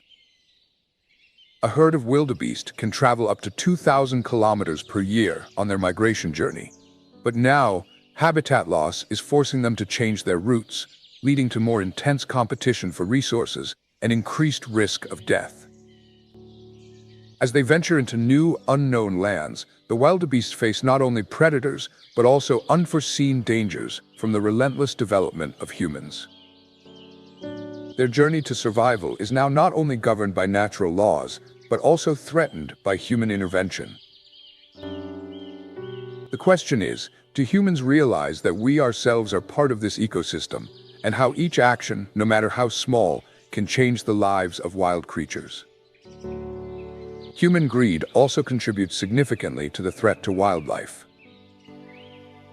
The great spiral horns of the kudus, or Thomson's gazelle, have become a hunting target, as they are considered valuable trophies and a rich food source in many parts of Africa. Every year, about 100,000 antelopes are killed through illegal hunting, with famous reserves such as the Masai Mara and the Serengeti being no exception. Wildlife defenders, armed with modern weapons and technology, must not only face hunters, but also fight for their own survival and that of the ecosystem they protect. But the consequences of losing adult individuals in antelope herds go beyond reducing their numbers. An entire ecosystem is threatened when predators, such as lions and hyenas, lose their main food source. As a result, these predators are forced to move closer to human habitats, creating dangerous conflicts.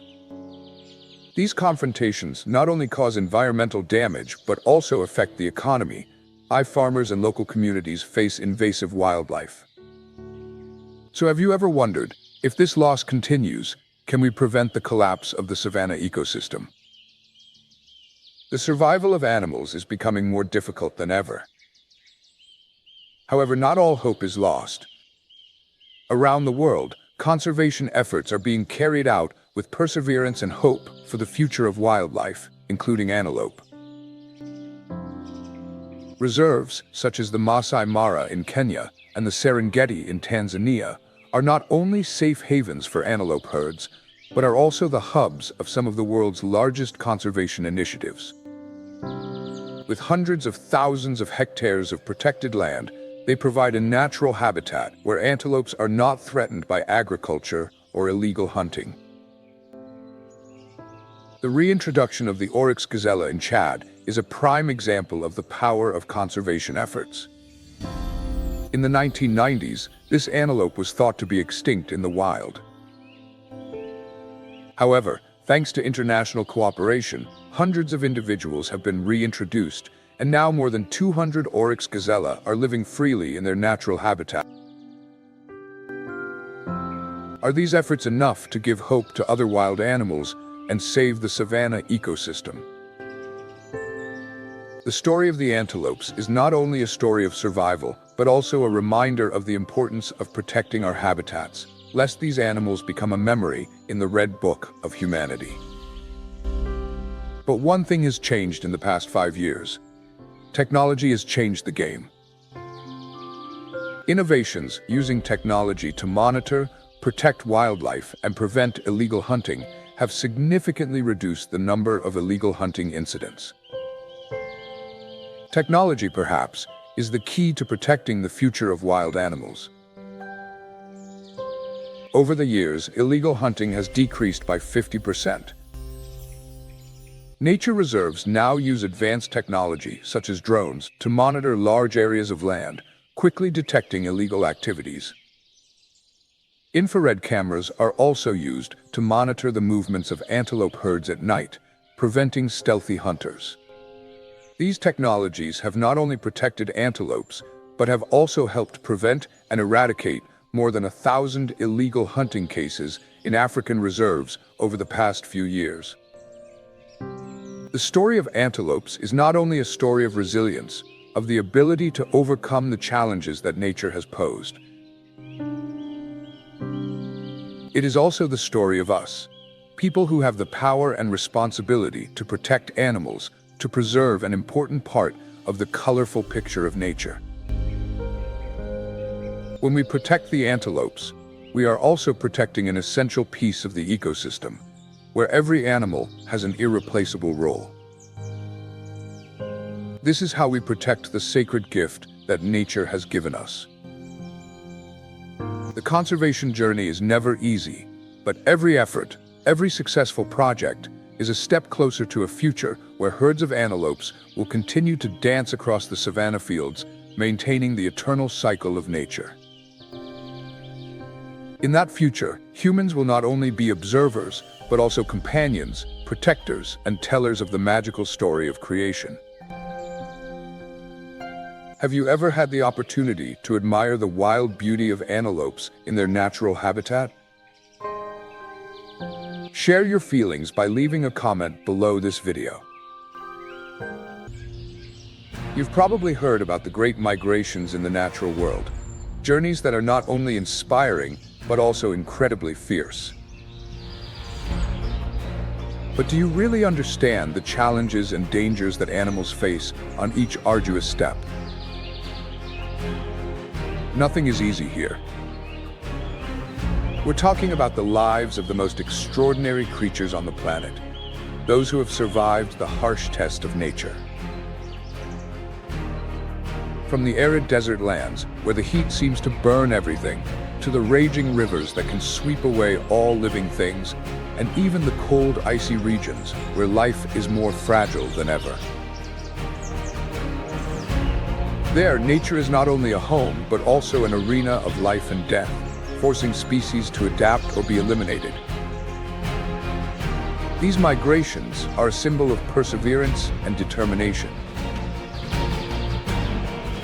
Imagine herds of African antelopes traveling hundreds of miles to find water in the dry season, or migratory birds flying thousands of kilometers across the ocean to reach warmer lands.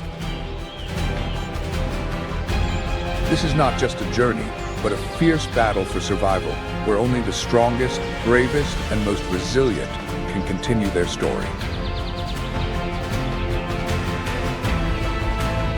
Migration is not just an action, but also an instinct that is deeply engraved in the blood and flesh of millions of species. It represents a constant struggle for survival, where the weak are forced to give way to the strong. But in that fierceness, we also see the magic, the harmonious coordination, team spirit, and the fierce vitality of wild nature. Join Nature Moment as we explore the stories of animal migration, from flamingos flying south, salmon heading back to their birthplace, to elephants crossing dry plains in search of water. These are inspiring stories that show the struggles and wonder of wildlife.